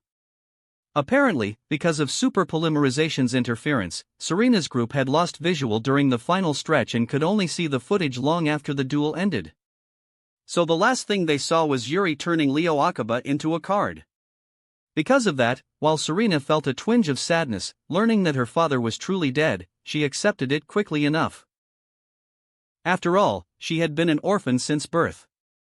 And now she had sisters, brothers, and most importantly, her master and big sister Tiara. It was under these circumstances, while everyone still felt it was almost dreamlike, wondering wasn't that too fast, that Goodwin appeared once more before the entire synchro dimension. He listed the nobles' countless crimes in detail, laid out the full story of the fusion forces' invasion of their dimension, and then declared, "We have been together for thousands of years. Our separation has only lasted decades. We share the same blood, we should never have been divided like this. The energy reactor is enough to provide resources for everyone in our world. It never should have come to this." In summary, he announced that the tops would reopen access to the commons. People from the commons could freely travel to the tops, whether for education or work. From this day forward, there would be no more barriers between them. Hikaru was at UCI's base, blinking as he watched Goodwin on screen, rallying the crowd, "Let us make our city great once more." Let our NRD reactor turn for all of us again. And then he began his inauguration ceremony. UCI's jaw dropped as he watched. Several representatives appeared on screen. Resistance fighters from the Commons, nobles who had supported Crow, security officers wounded in battle against the fusion forces. Without exception, every one of them had met UCI, Crow, and Jack at the front lines. Some had even fought alongside them. Once these people appeared, the premonition UCI had been feeling finally came true. Yet another future he hadn't anticipated, hadn't foreseen, had come to pass. Crow had his own moment of realization. No wonder it had been so easy to find supporters among the nobles. That bastard Goodwin. Jack's eyes blazed with fury from his billet in the tops as he slammed his fist on the table. Congratulations to our great director of security, who led everyone to victory. For peaceful coexistence among all people. The first president of the city, Rex Goodwin. Countless spotlights swept across, countless camera shutters clicked. He pressed his hands downward in a calming gesture, looked into the camera, and calmly laid out his vision for governance, his strategies for connecting the two districts. But beyond all of that, he said something far more significant. Destruction is always easier than construction. Because of the nobles and the invaders, our city has been ravaged beyond recognition. Our lanes have been torn apart. Perhaps it will take months to rebuild our city, our nation. And so, to truly move toward friendship and peace, I intend to hold, once reconstruction is complete, a WRGP tournament, a world-class dueling competition. He looked into the camera, his words carrying one message to the general public, but reaching certain specific people is something else entirely. Friendship, fortune, passion, a duel filled with hope in the future, science, and innovation. The earthbound immortals, finally liberated. The dreamers of the elder gods. The chosen of the Dark Lords. The rune inheritors of the Aesir. The dragon signers of the Crimson Dragon, and the bearers of the Signer Dragons. All of you, and more, every contender for this world's one true God. I hope that through this tournament, the people of our world, and even those from other dimensions, will come to believe that our world can become a better place, that our world need no longer be divided. I have built the finest stage for you. If you wish to settle this once and for all, then I await your arrival. With that, he bowed gently. Then came applause like thunder. He turned, hands clasped behind his back, and walked away. But his mind was on something else entirely. Super polymerization, huh? He marveled at the memory of that day's duel. Of everything that had happened recently, the only thing that had truly exceeded his expectations was Hikaru. That day, he had been prepared to personally deal with the more troublesome players. He never expected to witness a fusion capable of changing the world. Unlike anything in their world. An indescribable, unbelievable power. It was precisely this super polymerization that had made him instantly change his previous plans. It was why he hadn't shown his hand at that moment, hadn't confronted Jack and the other two right then and there.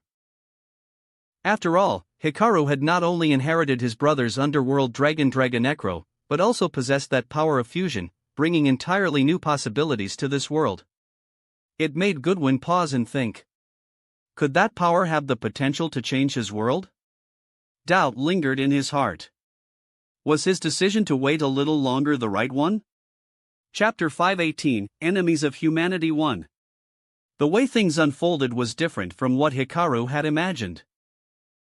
However, no matter how one looked at it, this was a good thing. After all, the tops and commons of the city could finally interact and even move freely between each other. No matter how you looked at it, it was a very good start. From the perspective of social development, this should be something to celebrate. Although Hikaru wasn't someone who lived in the synchro dimension, he was still very happy to see this change. Of course, he also knew there would be growing pains. Both the tops and commons would still eye each other with the bias of old habits and experience. However, for Hikaru, who could finally ride cable cars and other transportation openly around the city with his friends, this was hardly a problem. Serena leaned against the cable car window, exclaiming with a hint of excitement. This cable car was headed to a dual academy in the tops, the same school Yugo and Rin were preparing to attend. The two children had never been to school before. Even the easygoing Yugo was both excited and nervous. Under Goodwin's arrangements, several schools were to be opened to provide learning opportunities for people from the commons. Especially talented children from the commons could receive free enrollment directly. Needless to say, Rin and Yugo, who had previously participated in the Friendship Cup and dueled against invaders from another dimension, were naturally among them.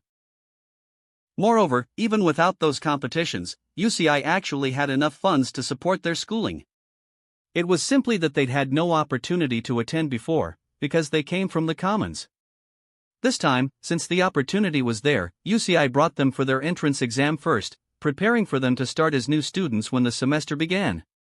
Looking at the two nervous juniors, UCI told them not to worry too much. He had acquaintances in the tops as well. In the middle school section, he knew two children named Leo and Luna, who were both very kind and friendly nobles from the tops. In the high school section, he had his friend Akiza Izinski. In short, with UCI's excellent synchro-like ability to make friends wherever he went, Yugo and Rin really didn't need to worry about being surrounded by strangers. For a brief period, the War of the One True God was temporarily suspended. Although both UCI and Hikaru were very clear that it had merely paused, not ended. The Earthbound immortals freed from Red Nova would definitely seek out talented duelists to participate in the struggle for the One True God. Other agents of the One True God across the world, who had originally been far from the geoglyphs, would also gather in this city in the future. When that time came, countless duels of higher intensity and greater difficulty would likely occur. But this was also a good thing, because although UCI appeared normal now, there were still countless incompatibilities between him and the artificial god that needed further adjustment. UCI's life only had 2 years left.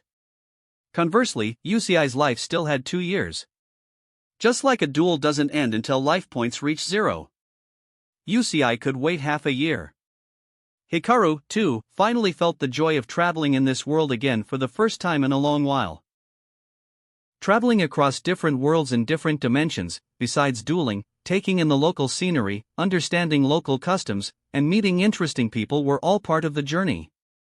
In any case, Earthbound immortal Wairokocha Raska had been freed from Red Nova by his hand. Now, no Earthbound prisoner would ever target Mudragon of the Swamp again, so Hikaru's primary objective was effectively accomplished.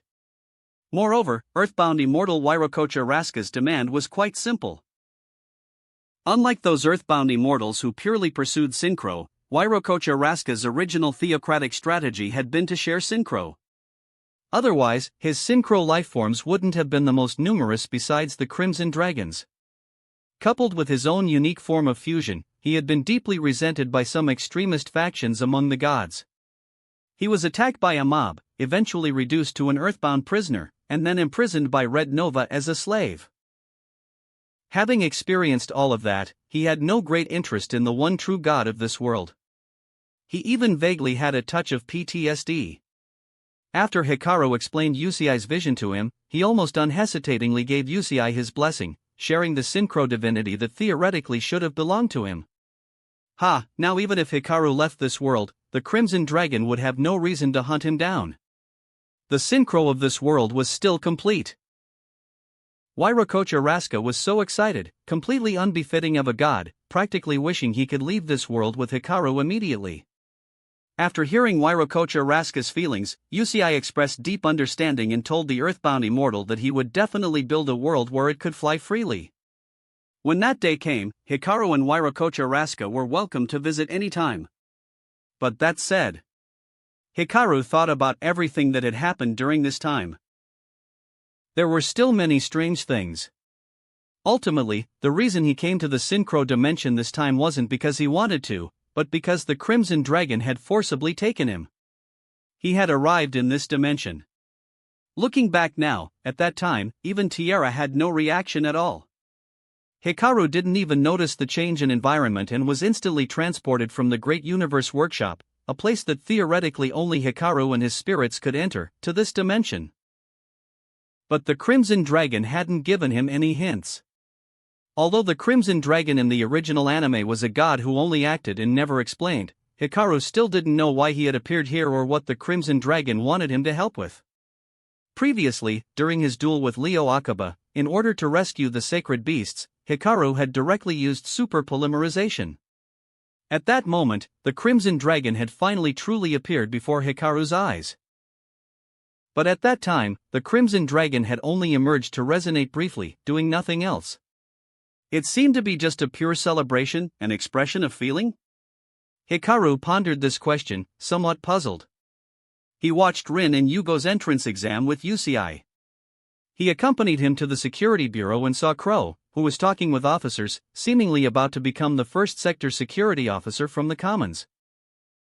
He saw Jack and Carly being frantically pursued by paparazzi because they were photographed together. Everything seemed to be moving in a better direction, but Hikaru always had an inexplicable sense of unease. This unease didn't come from the seemingly improving world, but from something else, a subtle dissonance, a danger he felt he had forgotten. Hikaru pinched the bridge of his nose. If it were up to the Crimson Dragon, once everything settled, it would definitely pick him up and send him back to the fusion dimension. Since that hadn't happened yet, did he have to wait until the WRGP, half a year from now? Or even longer? Other than that, things were fine. He was just worried Vice-Chancellor Growler would be frantic if he disappeared for half a year. Chapter 519, Enemies of Humanity 2. Just as he was thinking this, he faintly heard the cry of a dragon. He jolted in alarm and opened his eyes wide, only to find himself standing in a pristine white space. He blinked. The scenery before him gradually shifted from pure white to ashen gray. In every direction, all he could see were ruins and wasteland. Hikaru glanced left and right, sensing not a single trace of life. The silence was deathly, like hell itself. He looked up. In the sky above, yellow machines patrolled intermittently. Spinning energy rotated inside their bodies, an infinity symbol oscillating within each one. Mechlord Emperors? No, Granul. Hikaru's furrowed brows slowly relaxed.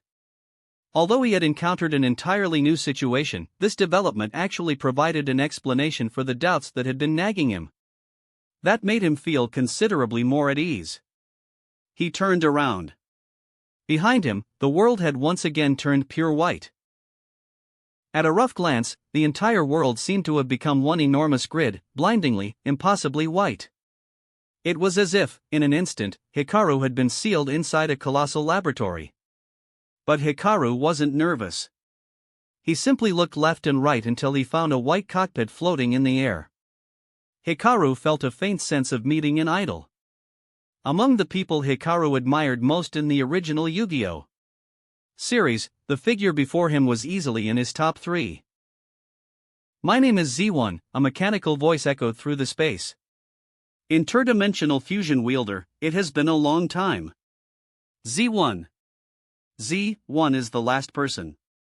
The last human being in the world of humanity. An existence that could be called humanity's god. You're the one who's been helping UCI, right? He's told me about you many times." Hikaru asked politely. The floating machine gently bobbed up and down, a nod. Through the machine's shell, Hikaru could see aged skin, and those blue eyes identical to UCI's. "I imagine you have many questions. But before I answer them..." A massive mechanical arm beside Z1's cockpit suddenly shot upward, grabbing something and hurling it at Hikaru's shoulder. A strange device merged directly into Hikaru's dual disk, then slowly transformed into a card, leaving Hikaru momentarily stunned. Elder Entity NTSS. Ha! Hikaru looked at the card, somewhat surprised. Wasn't this a god from their world? As if anticipating Hikaru's thought, Z1 spoke, "Just like the old entity Haster in Dreamland that you already possess, this card is merely a projection of these deities in their dreams. Their true forms are not connected to our world, or even to the spirit world. They exist in a specific, dreamlike realm. So it is not strange for the same old entity or elder entity to appear on 3 or even more cards simultaneously." "I see." Hikaru nodded. As a greeting gift, it was quite nice. Interdimensional fusion wielder, this is the true reason the Crimson Dragon brought you to this world. Hikaru jolted, finally understanding. Just as the elder entities, old entities, or outer entities can project their consciousness and cards into different worlds, certain powerful, difficult to eradicate beings can also project their abilities and power into other dimensions. Darkness. Z1 spoke a name softly, one that, in Hikaru's recollection, Z1 should never have known and should never have uttered. Although the name sounds like mere darkness, its true nature is the fate of human extinction. As he said this, his tone became exceptionally grave, carrying an extraordinary weight of pressure. He was nothing more than a dying old man who couldn't survive without machines. Yet in this moment, he seemed terrifyingly powerful, as if the very air and space would shatter under the force of his words. Z1 suddenly waved his hand again.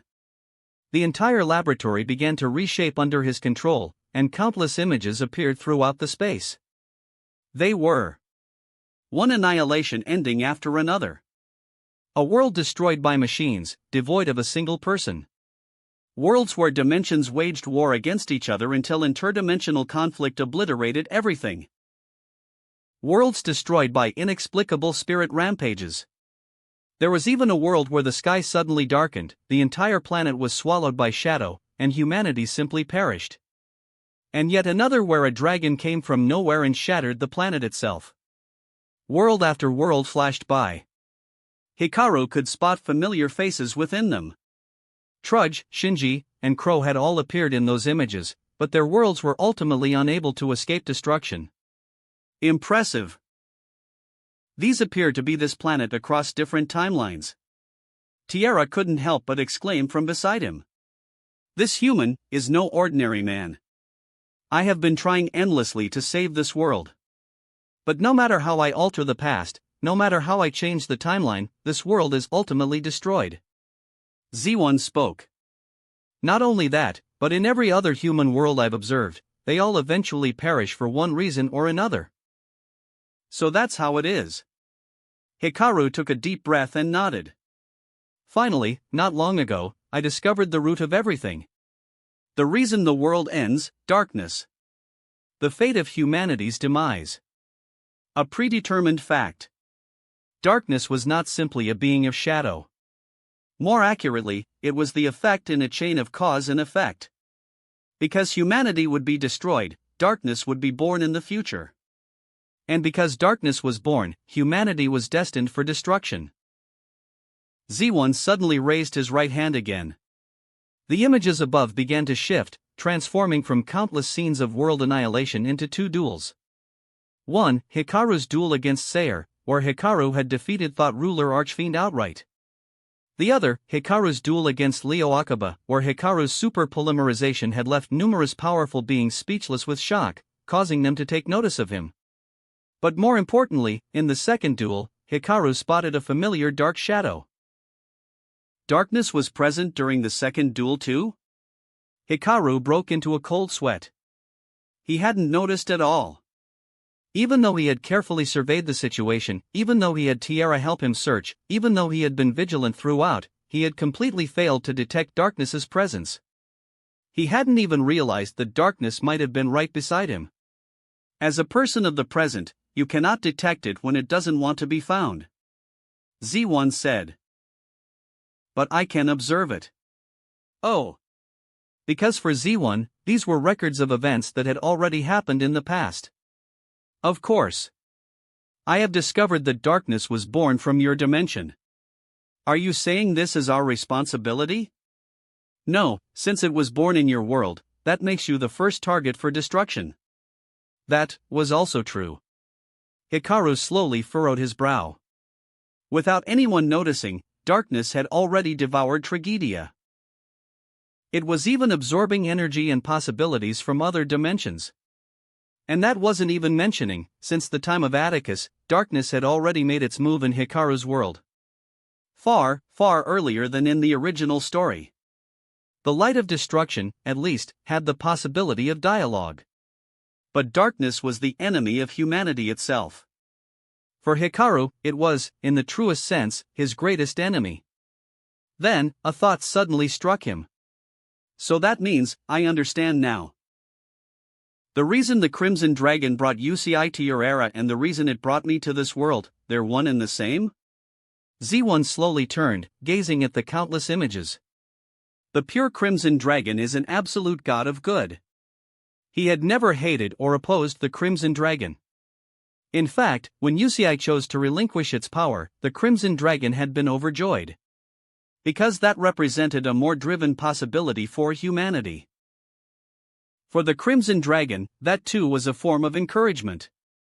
Hikaru pinched the bridge of his nose.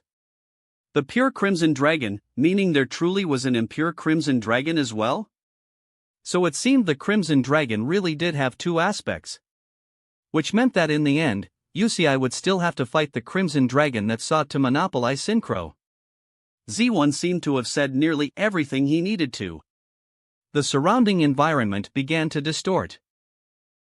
He raised his hand once more, and beside him, enormous blueprint sheets rose into the air, then shrank under the light before flying into Hikaru's hands. Hikaru caught them and glanced over them. They were schematics for pendulum machines, Leo Akaba's devices. But with just a glance, Hikaru was certain these were far more refined and far more stable than anything Leo Akaba had built. As expected of Z1. But that wasn't all. Z1 pointed toward Hikaru's waist, where a card began to glow. Hikaru opened his card case and found a white stone, and beside it now sat a malefic blue eyes white dragon. The malefic blue eyes slowly dissolved, and then the white stone inexplicably began to hatch, growing at a frightening rate. Before long, the malefic blue eyes white dragon had completely vanished, and Hikaru's dragon egg was on the verge of becoming a true white dragon. Hikaru's eyes lit up with excitement. Z1 said nothing more. He offered no encouragement, no urging. He simply met Hikaru's gaze one final time, then silently turned and flew away. He was the last human being in this world. He had the right to do this, and the duty to fight against darkness. And Hikaru, in a daze, found himself back on the tour bus. He looked down at the machine blueprints in his hands and fell silent. Chapter 520, Return to Daily Life and Adventure. Hikaru spent a few more days sightseeing in the Synchro Dimension. After about a week, the Kaiba Corp garrison stationed in the Synchro Dimension finally finished reviewing all the local intel. Hikaru then brought Serena and Lulu to the Kaiba Corp branch office and transported back to the Fusion Dimension. Before leaving, Hikaru made a promise to UCI, when the WRGP came around, he would definitely come to witness UCI's duels. Participating was out of the question, the WRGP required 3-person teams. UCI would be turbo dueling with Crow and Jack, and at most Hikaru could serve as an alternate. Nothing more. Of course, considering that every time Hikaru thought this has nothing to do with me, I'll just watch from the sidelines and leave, he inevitably got dragged into something. He didn't make any absolute statements. He simply told UCI to save him a spot as an alternate. Serena naturally returned to the Fusion Dimension with Hikaru. As for Lulu, she didn't know anyone in the Synchro Dimension. Since Serena was someone familiar who had also rescued her, she naturally chose to come along to the Fusion Dimension. After all, staying in the Synchro Dimension might mean running into more bizarre incidents. Better to stay with Serena. At least her safety would be guaranteed. Upon returning to the academy, the first thing Hikaru did was find Vice-Chancellor Growler and brief him on the full situation. After hearing that Leo Akaba had been defeated by Hikaru, the Vice-Chancellor felt somewhat wistful. Whether he was reflecting on how the world had changed or contemplating how events had unfolded, it was hard to say. But in any case, now that Leo Akaba had fallen, things should be much more manageable going forward. Of course, that was impossible. Leo Akaba's defeat certainly symbolized the fusion forces' failure. But that didn't mean the fusion forces had vanished entirely. In their world, the fusion forces were universally reviled, true. But ambitious opportunists who banded together for profit and power were never in short supply. Even without the fusion forces, they could simply operate under the fusion forces banner. So for the time being, the fusion forces would continue to exist in this world. Besides, the fusion forces still had Yuri. So there was no room for complacency. As for Lulu, According to Vice-Chancellor Growler, the Kaiba Corp diplomatic team dispatched to the XYZ dimension had only just arrived. Until then, their side couldn't communicate with the XYZ dimension, it remained under lockdown. Of course, given that Lulu was from the XYZ dimension, he could help write a letter on her behalf and hand it to Kaiba Corp to facilitate things on that end. Until contact was established with Lulu's family in the XYZ dimension, she would have to stay here. If Lulu didn't want to spend her time idly, she could attend classes at their academy. While she was technically below the age requirement, since Serena was the same age and apparently her counterpart from a parallel world, enrolling her as a first year wasn't out of the question. Vice-Chancellor Growler was actually quite enthusiastic about this. If, during his tenure as acting principal, the school had an interdimensional student, that would be excellent for the academy's development. So he was quite excited when discussing it. Lulu had no objections either. Having the chance to learn this dimension's summoning methods and gain some knowledge about this world would be a novel experience for her. Yay! Serena cheered from the side. Hikaru promptly smacked her on the head. You apologize to the Vice-Chancellor first. Serena's enthusiasm deflated instantly. She fidgeted and offered an apology to the Vice-Chancellor.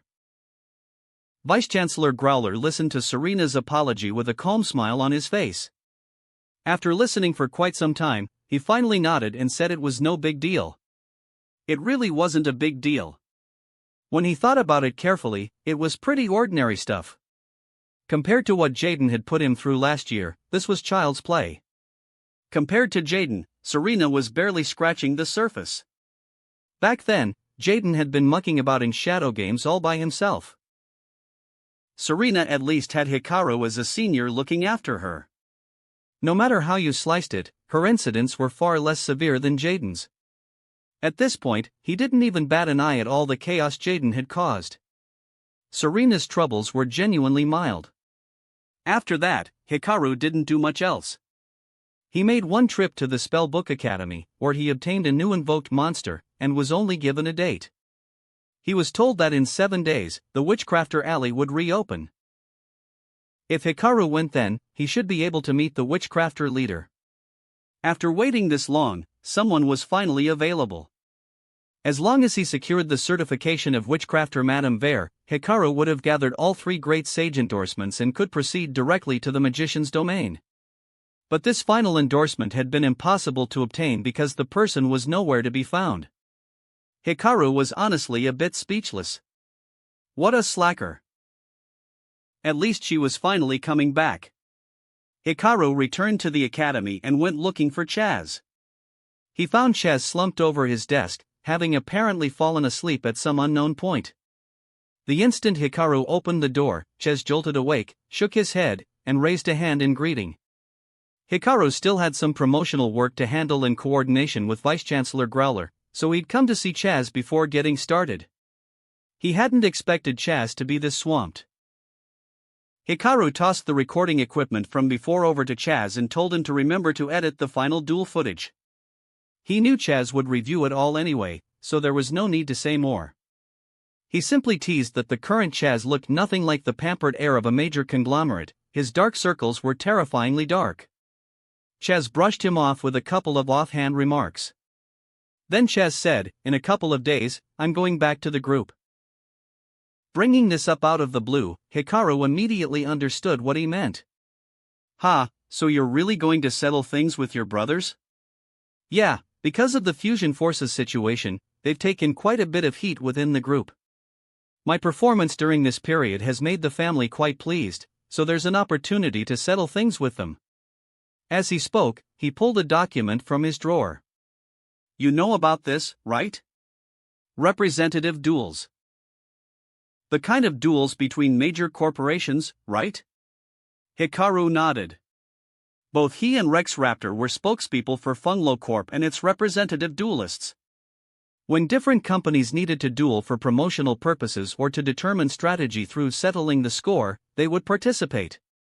Generally speaking, a company has one primary representative at most, with others as secondary duelists. In Funglo Corp's case, Rex Raptor is the chief representative and you're the second. But some large conglomerates can have multiple. They've provided a list for the representative duels. He held up the document and explained. According to this world's trends and development, beyond business and economics, a representative duel was also required. Among them, Chaz Princeton, as a competitor for control of the group, would duel his two older brothers. Considering both brothers were novices, a special 2 versus 1 format was permitted, with Chaz facing both brothers alone. Hikaru had no particular comment on this. Although Chaz's two brothers, after the incident with the armed dragon catapult cannon, had recognized that true duelists and casual hobbyists like themselves were two different breeds, and had begun studying and practicing dueling seriously, they were still beginners. Even in a 2 versus 1, Hikaru doubted Chaz would lose. Next were the proxy duels. 2 matches total, 1-1 versus 1 and 1-2 versus 2. This was also the prevailing trend in this world, since most spirit worlds favored 2 versus 2 formats to observe the bonds between duelists and their adaptability. Tag duels had gradually become popular. For the 1 versus 1, I've asked Atticus-senpai to help. Chaz said. Chaz and Atticus Rhodes had a pretty good relationship. In the original series, Chaz had even taken Atticus on as his mentor in matters of romance.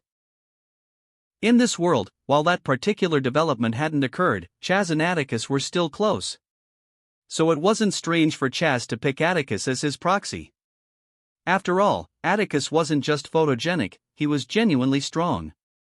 If not for bad luck drawing Zane early in the bracket, many people believed Atticus could absolutely have made it to the Final Four of the GX tournament.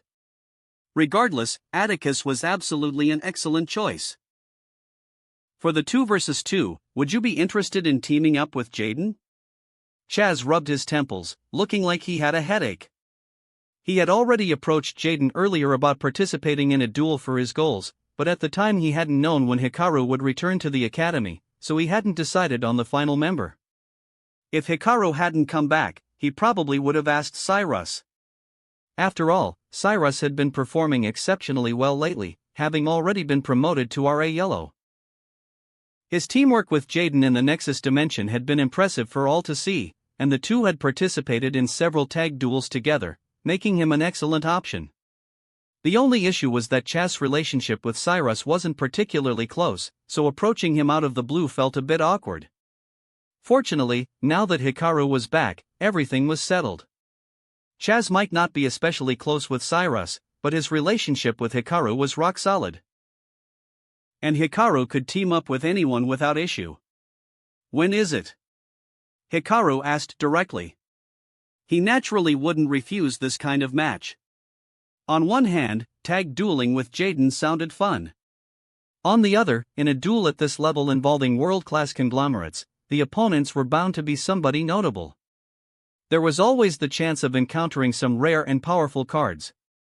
Hikaru was very interested in that. Chaz checked his phone. 7, 8 days? His head felt a bit foggy. He probably needed a proper night's sleep. Hikaru nodded. That worked out nicely. Who are the opponents? No idea. Why, scared? Ha, you're the one who should worry. Keep skipping sleep and your novice brothers might actually beat you. Chaz yawned and waved him off. Hikaru didn't mind, said goodbye, and left. After Hikaru was gone, Chaz let out a deep sigh of relief and stretched hard. Over the past 2 weeks, before Hikaru's return, he had been worried about whether Hikaru was stuck in the synchro dimension. He had been on the verge of abandoning his family matters to go search for him. But now that Hikaru was back, everything could proceed as planned. He looked at the documents in his hands and finally felt at ease. Yo! Hikaru, you're back? Anything interesting in the synchro dimension? The moment Hikaru stepped out of Chaz's room, he spotted Jaden wandering through the fusion wing, seemingly on the prowl for someone to duel. Hikaru sighed and asked if he knew about the upcoming tag duel. The instant Jaden heard that Hikaru was going to be his partner, his face lit up with a grin. He stuck out his thumb and said, "Ha ha ha, that's awesome." He looked like he was in great spirits. Ever since the Nexus, Hikaru had rarely seen Jaden this enthusiastic. Come to think of it, he'd rarely seen Jaden going out looking for duels every day either. It seemed his chat with himself had gone well. Let me tell you, Hikaru, right now, I'm scary strong. Jaden sidled up to him conspiratorially and whispered. How scary? Scary enough to special summon elemental hero Stratos off a hero lives? Or fusion summon elemental hero Absolute Zero, then use diffusion to bring out elemental hero Bubbleman and elemental hero Avian, then tribute summon elemental hero Neos? Hikaru had no idea what Jaden was talking about, but since he was this confident, Hikaru nodded on the spot and said he looked forward to Jaden's dueling. Later, Hikaru returned to the Great Universe Workshop and released the Sacred Beasts. Although the three had cooperated with Hikaru during the Leo Akaba duel, there were things Hikaru needed to discuss with them properly. After all, the three were genuine demons that consumed the life force of humans and spirits. Just because they were following Hikaru now didn't mean he could let his guard down. Tiara negotiated with them, laid down ground rules, and eventually reached an agreement. As long as the sacred beasts followed Hikaru's rules, they could exchange their own power for Spirit's life force within the great universe, or simply draw from the Philosopher's Stone's life force. But if they dared to overstep, Hikaru would not hesitate to pull them out and seal them back underneath Duel Academy. As long as they honored the agreement, Hikaru and his team's spirits would respect them. The three demons weren't completely witless. After their experience of being dismantled and reassembled by Leo Akaba, they genuinely needed a place where they'd be respected and allowed to rest. So the arrangements suited everyone. That worked out fine. Hikaru watched the three demons help with construction and ecosystem development in the Great Universe Workshop, figuring that as long as they didn't cause trouble, they were still technically gods, and left them to it. Besides, Armityle the Chaos Phantasm was in his hands. As long as the three couldn't merge, they were no match for the current Tiara. After the duel with Leo Akaba, Tiara had begun constructing pendulum machines in the Great Universe Workshop. Between the recent upgrades and Z1's improved schematics, combined with remnants of the Element Saber series, Tiara had gradually mastered pendulum and was beginning to restore her power of creation. She couldn't manufacture cards just yet, but clearly, it wouldn't be much longer. Hikaru still had one-dimensional travel opportunity this month, but he needed to save it for Witchcrafter Alley, so there was no rush. He spent his time at the academy participating in various events and promotional work with Vice-Chancellor Growler. Fortunately, he was used to it from his advertising work with Funglo Corp, so it wasn't too mentally draining. Just as the duels were approaching, Funglo Corp called him. Representative Hikaru, we found them. Found them? Oh, the legendary duelists. Hikaru's eyes lit up. Then he heard the rest. They hadn't found just one. As it turned out, during this period, the company had been tracking down information on several legendary duelists. Some were willing to accept Hikaru's challenge, while others were currently active on the circuit. Among them, it just so happened that Hikaru and Jaden's upcoming opponents were the Paradox Brothers. Reportedly, they've acquired incredibly powerful new abilities and are now honored guests of the Princeton Group. We know you have a friend who's the heir to the Princeton Group, so this is a perfect opportunity. Ha, that works out perfectly. You can come film it in a few days. Before they could finish, Hikaru cut them off with a laugh. Ha! Surprise from the other end, followed immediately by, understood. We'll be there. That wraps up this part of What If Fusion Deck User in a Different Yu-Gi-Oh! GX. Thanks so much for listening. As always, new parts drop every 4 days, so be sure to stay tuned. Also check out my Patreon channel for early releases of all the series, where you can find all the series released one day ahead of YouTube. If you enjoyed the video, don't forget to like, subscribe, share it with your friends, and please consider supporting the original author as well. See you in the next one.